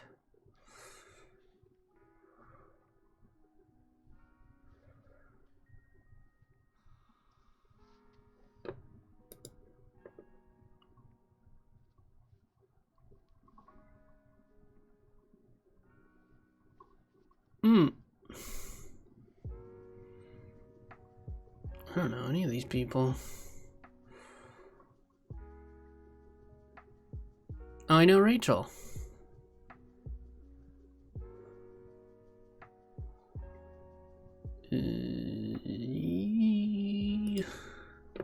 Welcome everybody, it's May 7th of 2017. It's our 6th meeting for Year 2, Quarter 3 for Gamketo Club. I'm Chris. We'll be trying to keep things going relatively briskly because we do have multiple game updates, have a game pitch, a game release, guest speaker, some new members joining, etc. Speaking of which, I want to go and welcome Anthony, Melissa, Dedrick, and Mary, all new members this week, so that's super exciting and awesome. So the speaker today is Rachel Sala, and am I saying your last name correctly? Is it Sala? Yes, that's correct. Nice. Excellent. Okay, so a quick recording I'm adding in after the fact. Rachel Sala, in case you didn't read this episode's description, some of her best known work to date is her work as a professional artist and some of her game design work on Frog Fractions 1 and 2. Frog Fractions 1 and 2 are incredibly neat games. They're really bizarre, quite unusual, and because of that, inherently in this talk there's going to be some spoilery type stuff. So if you're interested in preserving the mystery of Frog Fractions, Can we just by lower all the means, look quality it to up, play shit? it. The Maybe original it'll Frog be- Fractions is free out there. Frog Fractions 2, Maybe I'll you'll find lots of maybe information that'll online make about it how to find sound that. right. But we'll be discussing pretty openly, without any regard for what might be a spoiler in this talk, some things about Frog Fractions 1 and 2. Just a heads up to listeners out there.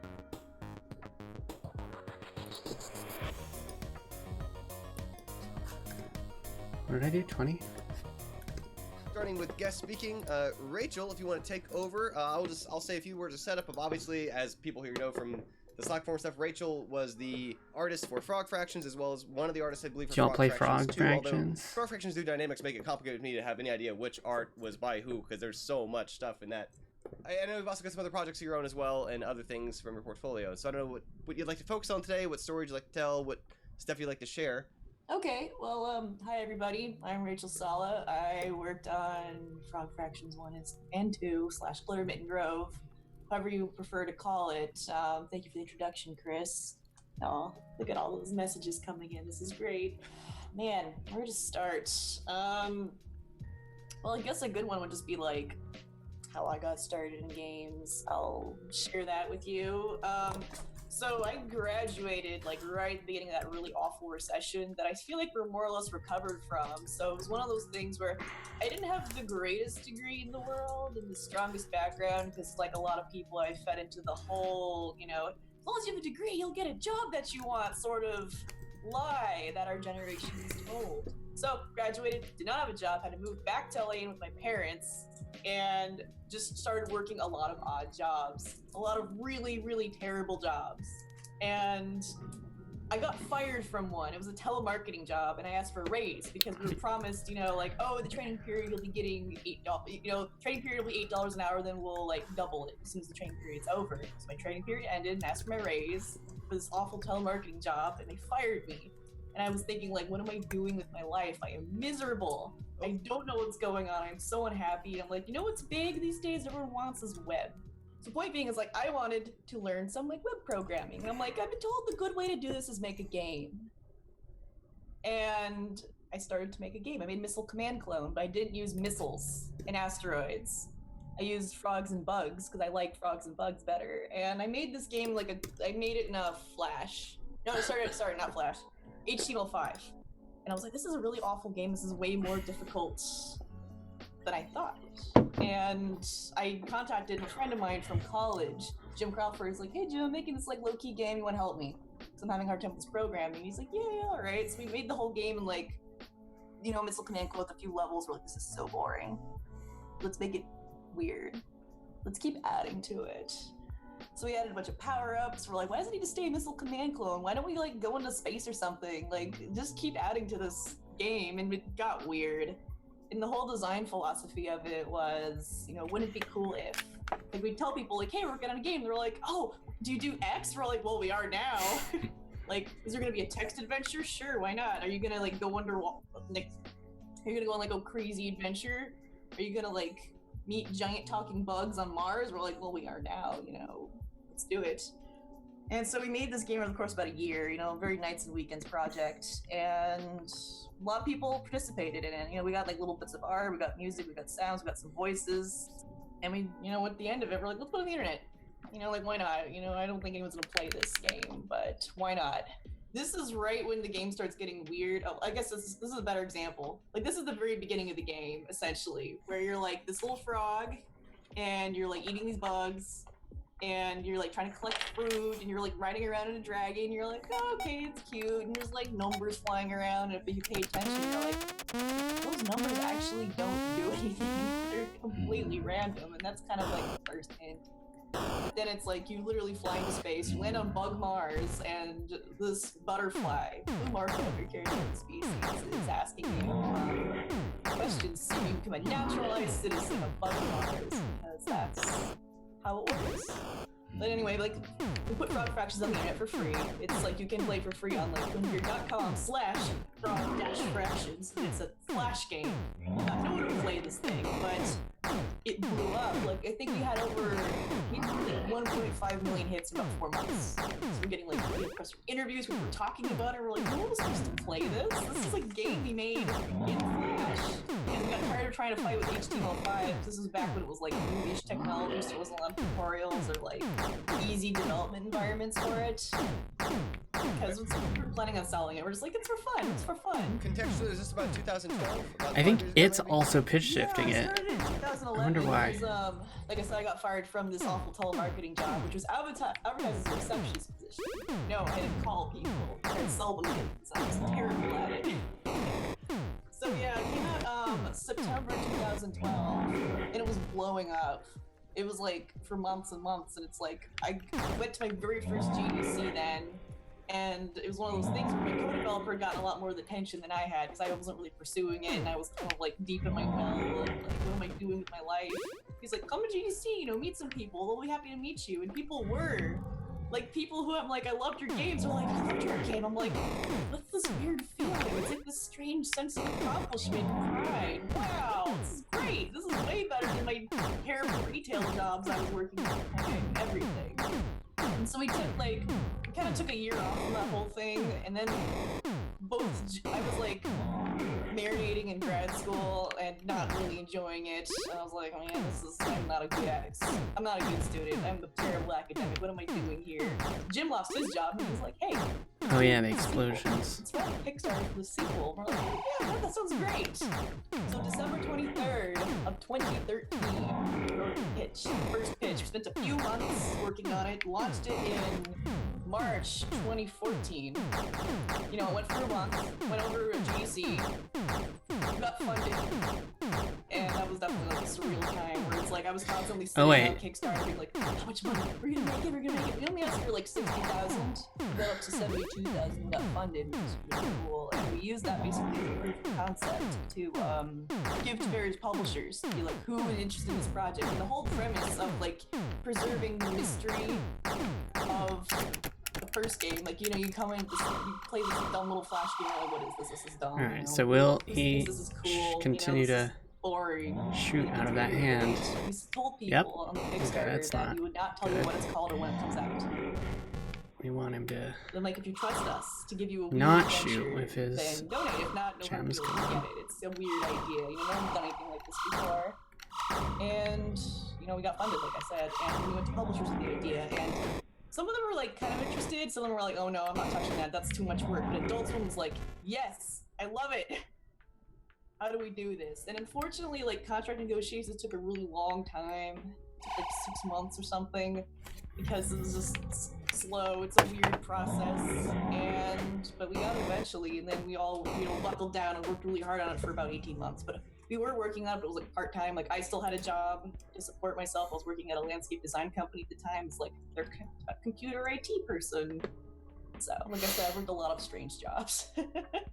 But let's see. Yeah, and then, you know, we worked on it really hard for 18 months, a little more than that actually, 20 months, because we eventually, like, we ran out of money, but we realized we needed a little bit more polish. So we spent November and December of last year basically working for free to just like get the game out and good. And I'm glad we spent that extra 2 months because it definitely made a difference, I think. And yeah, I mean, came out in December. People like it.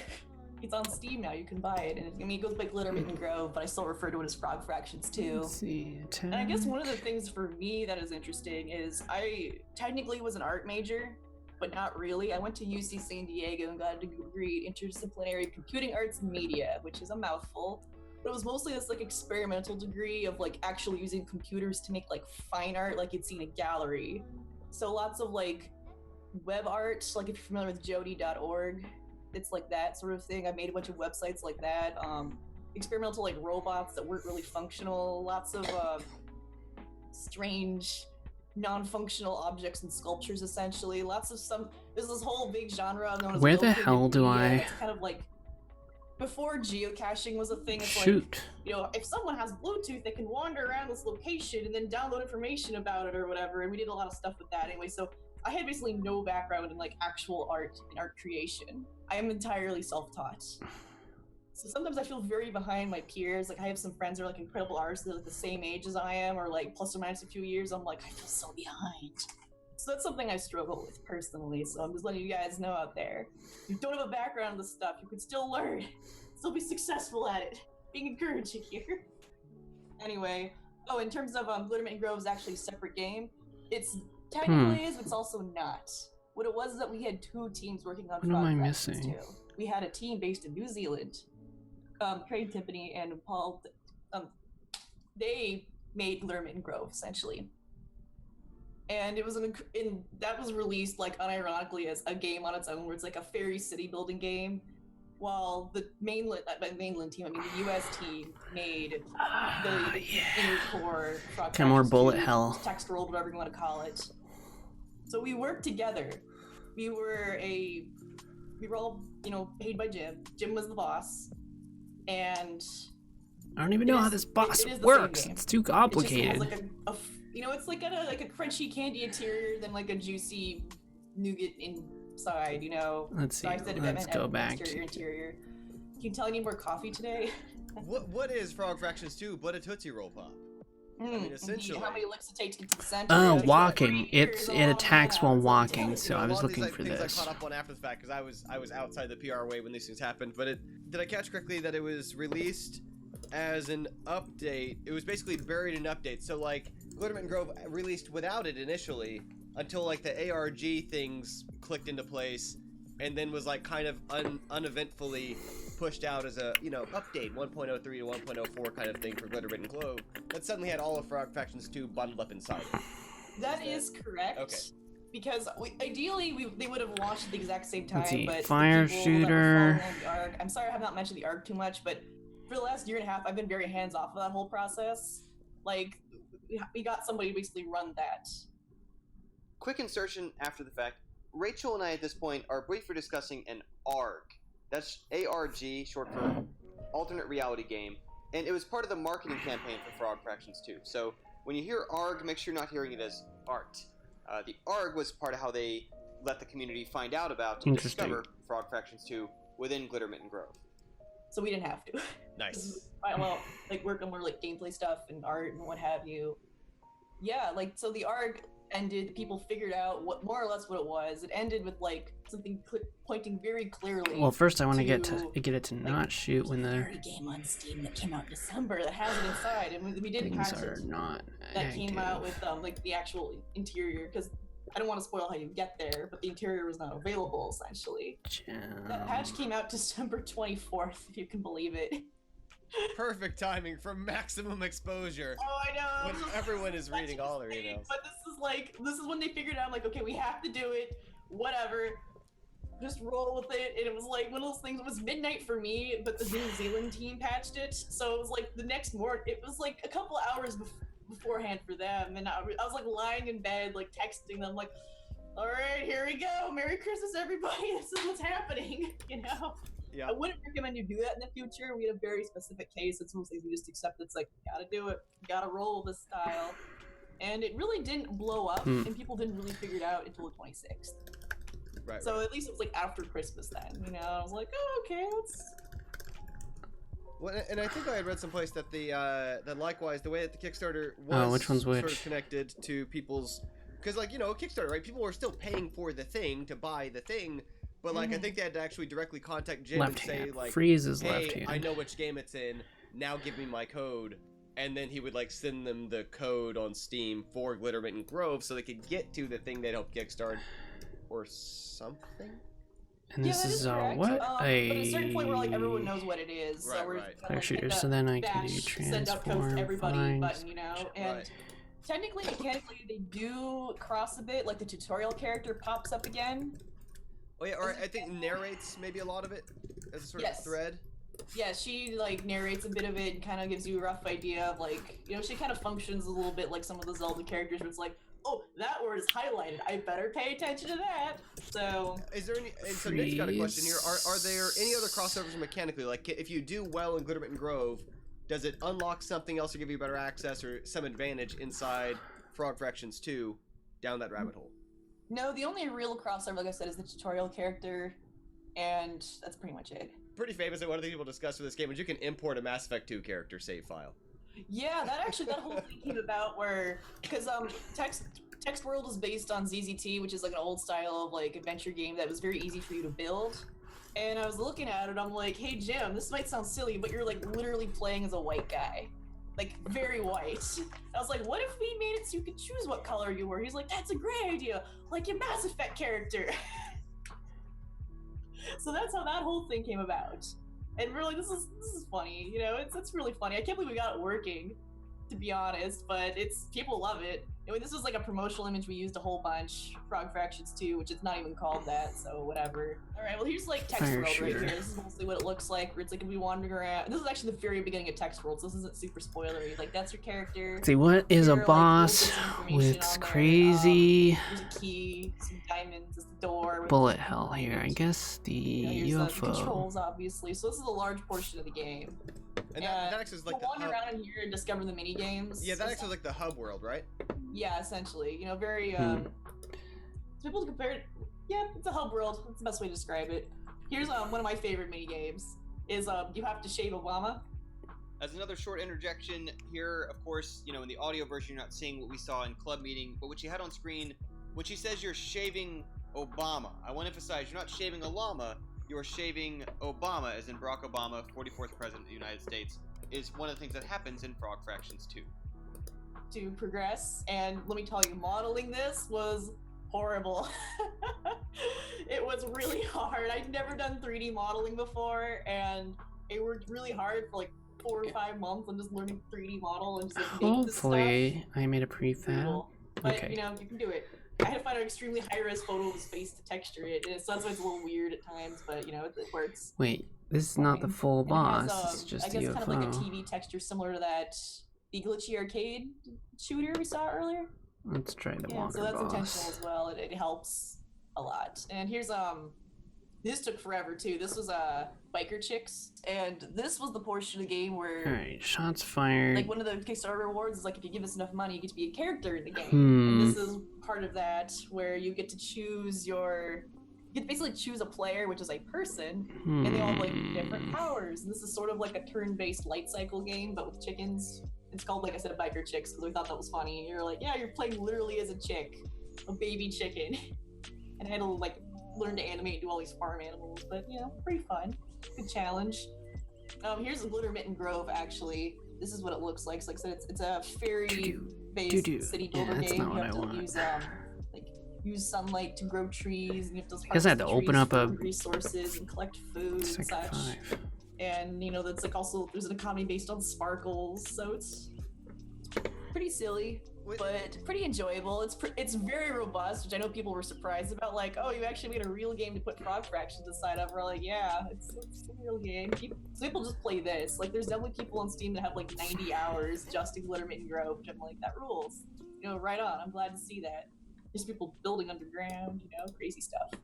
So, and a few other things that I always like to try to make sure every speaker gets a chance to like very directly address is as to if you Shots have fired, advice 80. or recommendations for people starting out. I mean, and actually, I just want to mention before we get to that, this is always kind of like more of a closing note, but like something I really like about the way Frog Fraction and so on worked out was like it really did kind of begin as a Missile Command practice game, right? And it sort of kept going with it. And that it was when it like, and then it got traction on the web, which was then your vehicle for like Yeah, taking instead of it further phases, and doing yeah, a- associating it with like for the team being able to kickstart it and so on. The There's just so many hand. things in there that to me seem like a very smart, even-keeled, One still hand carrying being the day job destroyed kind of sounds approach. But good. like out of your path, are there some certain things where you feel like things you wish you would have known earlier, or which you tell other people were kind of starting out today? Huh, well, there's some strategy in that you want to take out the Like I fireball said, probably I'm because it's largely more self-taught. damaging than the But granted, freeze. like, in all fairness, I've been drawing since I was like 2 years old. But I feel like in terms of like working really hard on learning and getting better, I stopped from being like 18 to 24. I'm 29 now, if that for context. So I spent like 6 years of dead time and basically like reapproached it when I started working on Frog Fractions 1, being like, okay, you know, I'm gonna like draw these frogs and bugs for like fun. That was like the first time I drew semi-seriously in years. Like I said, in school, like I didn't take, well, I was technically an art major. You can't see what I'm doing air quotes. Art major. I like didn't do a single life drawing class. See, I didn't 80's a do lot. anything really. Like I drew sometimes for fun, but it's like, you know, I was working, I had classes, you know, I Let's was do it. getting a minor, you know, like I had a social life. I basically didn't draw for fun. So the point being is, like I said, don't be discouraged if you're just learning. You can do it. Shoot delay. Remember like the 10,000 hours, 7 years? I'm still deep in my 7 years, technically speaking, of like learning how to draw. So it's doable. It's difficult, I won't Oh, lie. snap. You have to be disciplined. But you can do it. I mean, one of the things I really like about that too is, like you said, there was this big break in it of a while when you weren't really doing it, and you kind of came back in because I know a lot of people in the club, lots of people out there, just who are game developers, like they did do some stuff a while ago, and it took a long break, Fired away. and they worried if they're behind, if they're out of the loop, if it's too late now and they missed their window, whatever. And it was like, no, they picked it back up and started doing it again. Yeah, for sure. And it's okay to start small. Like, your first game can be like, it can be a clone. It can be kind of small and dumb. It's not a big deal. Like, I'd say for a lot of intents and purposes that Frog Fractions is my first game, but technically that's not true. I did a game jam before that. That was also honestly like, Alright. I don't mean to be a downer, but it was a Oh, there's horrible also the experience. aiming, the randomness. I What need it was to is, make sure some we friends have of mine that. that were at UCI were like, oh, hey, we're running a game jam. Would you like to be one of the artists? So I was like, yeah, sure. It sounds fun. I like games, and I'm not really doing anything right now. And I'm like working at Whole Foods and teaching art classes to kids. So sure, I could take a weekend or something. They're like, yeah, it'll be like a week. I'm like, that's great. It ended up being like a horribly organized event. There were like 90 people signed up, but it's like they wanted every team to have an artist, a producer, a sound person, and a programmer. The problem is that there's only 4 producers. So we were on teams of like 15 to 20 people, and it was a nightmare scenario. And we ended up making a breakout clone. And it took a week to make this breakout clone because there were so many people working on this thing. It was ridiculous. But that was technically my first game, and I probably have it available for download someplace. But it's like not fun, so I wouldn't worry about it. But yeah, like if your first game you make in like a week and it's like not very polished, but it works, that's great. Like go on itch.io and look at like there's like middle schoolers are like, Oh, my that's first pretty game. fire. It's like the jankiest thing you've ever seen in your life, but I think it's incredible. I'm like, this rules. Keep that up. Like make tiny weird things and put them on the internet. Like even if you don't get attention for them, like take pride in that, Phase? you know? Like it doesn't need to be like a dang masterpiece. I made a tiny weird thing. People like it. It blows my mind constantly. People are like, yo, I played your game. It like really influenced my work. I'm like, you weren't supposed to play that. Stop playing it. But honestly, it's like, it's kind of turned into a career for me, you know? But yeah, I got started late. I'm not one of these prodigies. It's like, yeah, I had a copy of Flash when I was 12 and I was making, you know, like helicopter attack games then, you know? Right on. Where's Phase? So some things to say, since it's past 2 p.m. Pacific, if some of our people in later time zones need to drop, totally fine. You catch the video, totally understandable. I also wanted to open up, if people have any questions they want to throw Rachel's way. Jeremy's asking, he wants to hear about the intimidating chocolate cookies. Are they just super large, or are they built as monsters, as were they mentioned when enjoying Shit, drawing no, monsters? I did. This is Oh supposed man, to so be. there's a cookie recipe I like to like secretly specialize in. That's called like, it's called like quadruple mocha chocolate chip cookies. There's no chocolate chunk cookies. I'm sorry, I haven't made them in a while because my oven's a little weird right now where I'm living. But yeah, they're like so intensely chocolatey. Like some people can't finish one cookie. And I like bringing these to events, and there's like half-eaten cookies around. People are like, "It's too much, man. I can't do it." So I'm like, nice, because I am like kind of a chocolate fiend, and most stuff is not chocolatey enough for me. And I'm like, is it chocolatey enough? I get this from my dad. He's a chocolate fiend, and I'm like, I want to make cookies that I like. This is the right level for me. So that's mostly what I mean. And you can totally eat them and enjoy them while drawing monsters. So, Oh. excellent. Is that I Certus? love a peanut butter snickerdoodle Thanks recipe, for and I also following. love pumpkin cookies. Please give those to me. Please, like, tweet them to me or email them to me, and I will give them a shot. Feel free to say Speaking hi. of which, I'm so glad you mentioned that, because I almost forgot to ask. One of the things I encourage speakers to do, let us know, both verbally and typed, Twitter handles, web URLs, wherever we can and should find more of you. Follow your thinking. I believe you're Rachel Salad on Twitter. Yeah, I'm typing it out right now. That's my Twitter. Here's my Instagram. This is where I post a lot of art. Email is... Well, so I do want to say, for some people follow these, just audio listening only, that's Rachel, RACHEL_SALA, Rachel _Sala on Twitter, A Tiny Monster on Instagram, I believe you said that one was, rachel.c.sala@gmail.com. That is correct. Gmail. Anything else? I think those are all the big social media platforms. Well, is there your portfolio site? Is it just rachelsala.com? It sure is, rachelsala.com, like that. And here is also my art blog where I put more sketches and ramblings and things. Hold on. Boy, I typed great. Excuse me. Okay, there we go. Drawathing.tumblr.com. Excellent. Nick also has a Not question. hell. If you had frogs you were handing out during GDC. Oops. I had stickers during GDC. Which are like Most frogs. popular ones we had were Frog Fractions 3, 6 Alright, Japan let's see stickers. if this Let me works. show those to you real quick. I thought this was hilarious, but no one really liked this one that much. It's kind of a parody of like Dr. Bronner's soap. I don't know if anyone else uses that stuff. I think it's hilarious how much there is on that. They put like 4,000 words all over I the know, bottle. right? Anyway, here's the Frog Fractions 3, 6 in Japan, first of the stickers, and it's like got a caterpillar in the background. Oh, but, shit. You know, it's a parody of Final Fantasy, obviously. Here's Flew Frog inside. Fractions 6 in Japan. People love these things, and I like did not anticipate that at all. And I kind of like, I don't even make these other stickers for promotional reasons. I could just do these. Like it was all over the place. If you want one, I have a low-key like online store for Frog Fractions merch. Do you want to mention that in the URLs as well? Sure. Let me actually pull it up. The reason I asked was because I met you and Natalie Lawhead at the same time, and one of you gave me a frog, and I wasn't sure who it was. It must have been her. that was Natalie. All right. Yeah, I actually have one of those too right here. It's on my desk. Yeah, that right here. Oh shit! Thank you. I've been using it as my like programming That's rubber too ducky, crazy. so- The store for the merch is redbubble.com/people/saladmonster !ASC equals you.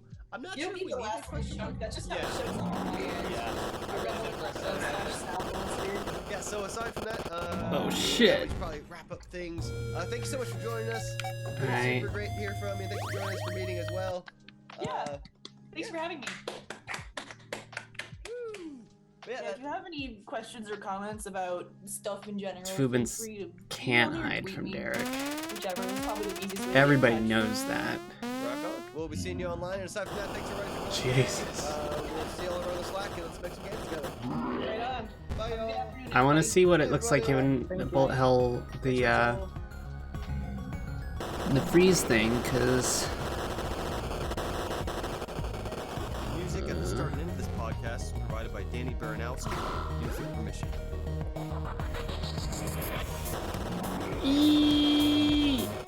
Maybe it's on God mode. Holy shit.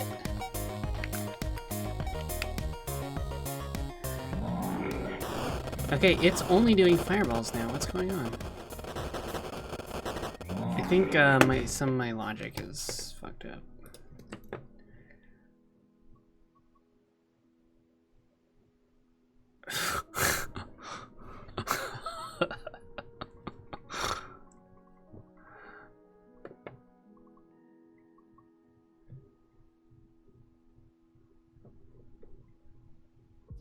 Wait a minute. Okay, not bullet hell.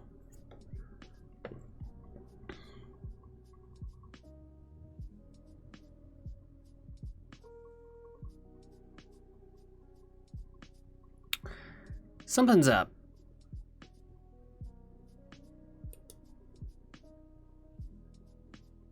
Something's not right here. So free shooter is hand player shooter, and relative to that, sprite gem.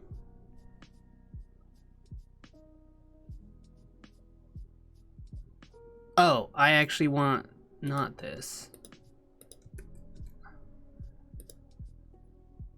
Right? Yeah. If it's not active, then it's been destroyed. Okay, that should fix it. Well, maybe I should fix those numbers too. That was crazy. It's about 7. It's usually when I stop streaming. Maybe I should eat dinner too.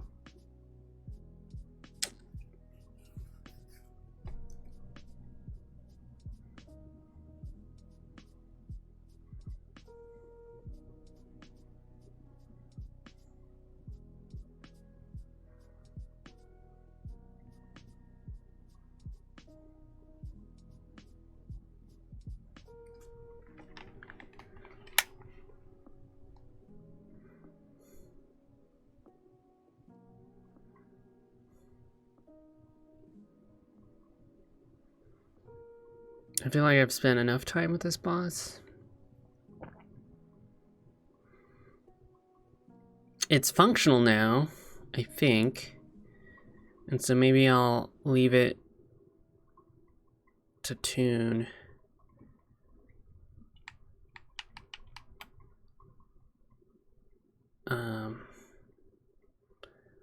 Let Paul mess with it.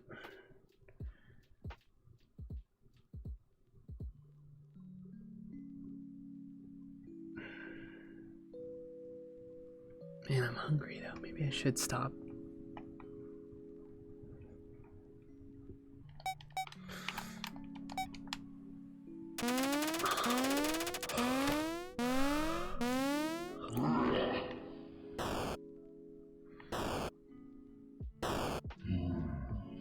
Little baby fire.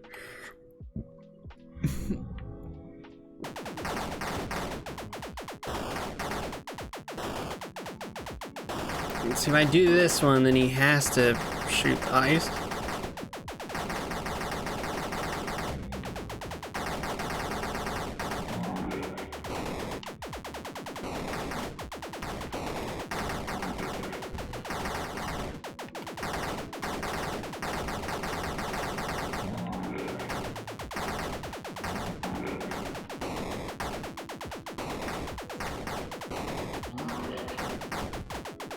Oh yeah, I was gonna do an explosion on the gem destroyed.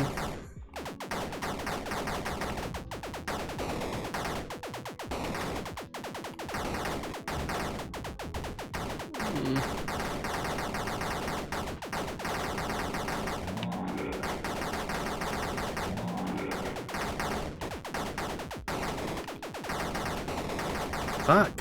Okay.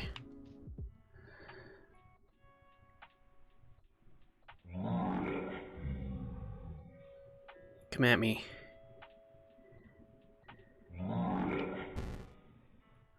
Huh.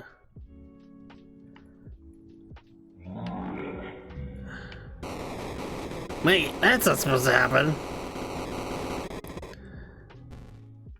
The fuck?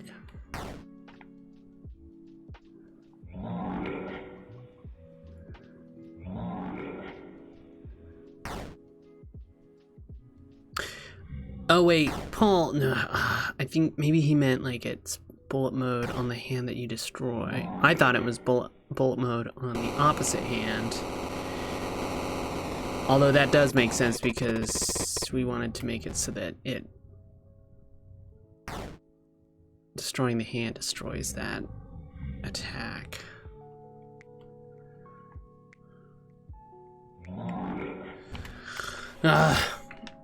I'm done for today. Man. Yeah, I want to eat. This boss is killing me. We did a bunch of stuff, though. We gave him some sounds.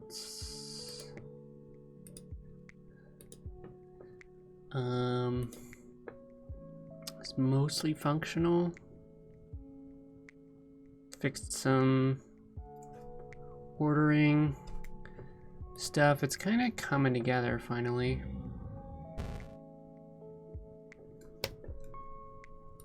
Nobody's gonna play this game to the end anyway.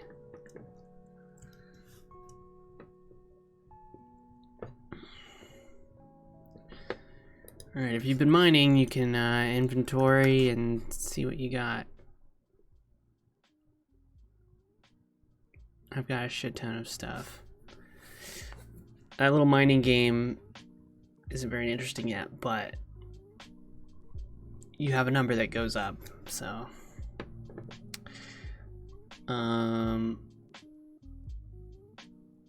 Anyway, I'll be back tomorrow, streaming at the normal time. I think I'm gonna work on this game until it's done, so. Let's see what else. Yeah, I guess that's it. Thanks everybody for hanging out. Listen to podcasts with me. And I'll be on those podcasts this weekend. I don't know if they're live, but I'll probably try and stream them. So both Saturday and Sunday, I'll stream my podcast interviews on those 2 podcasts that I was listening to today. But before then, for the rest of the week, I'll be here working on this. So see everybody tomorrow.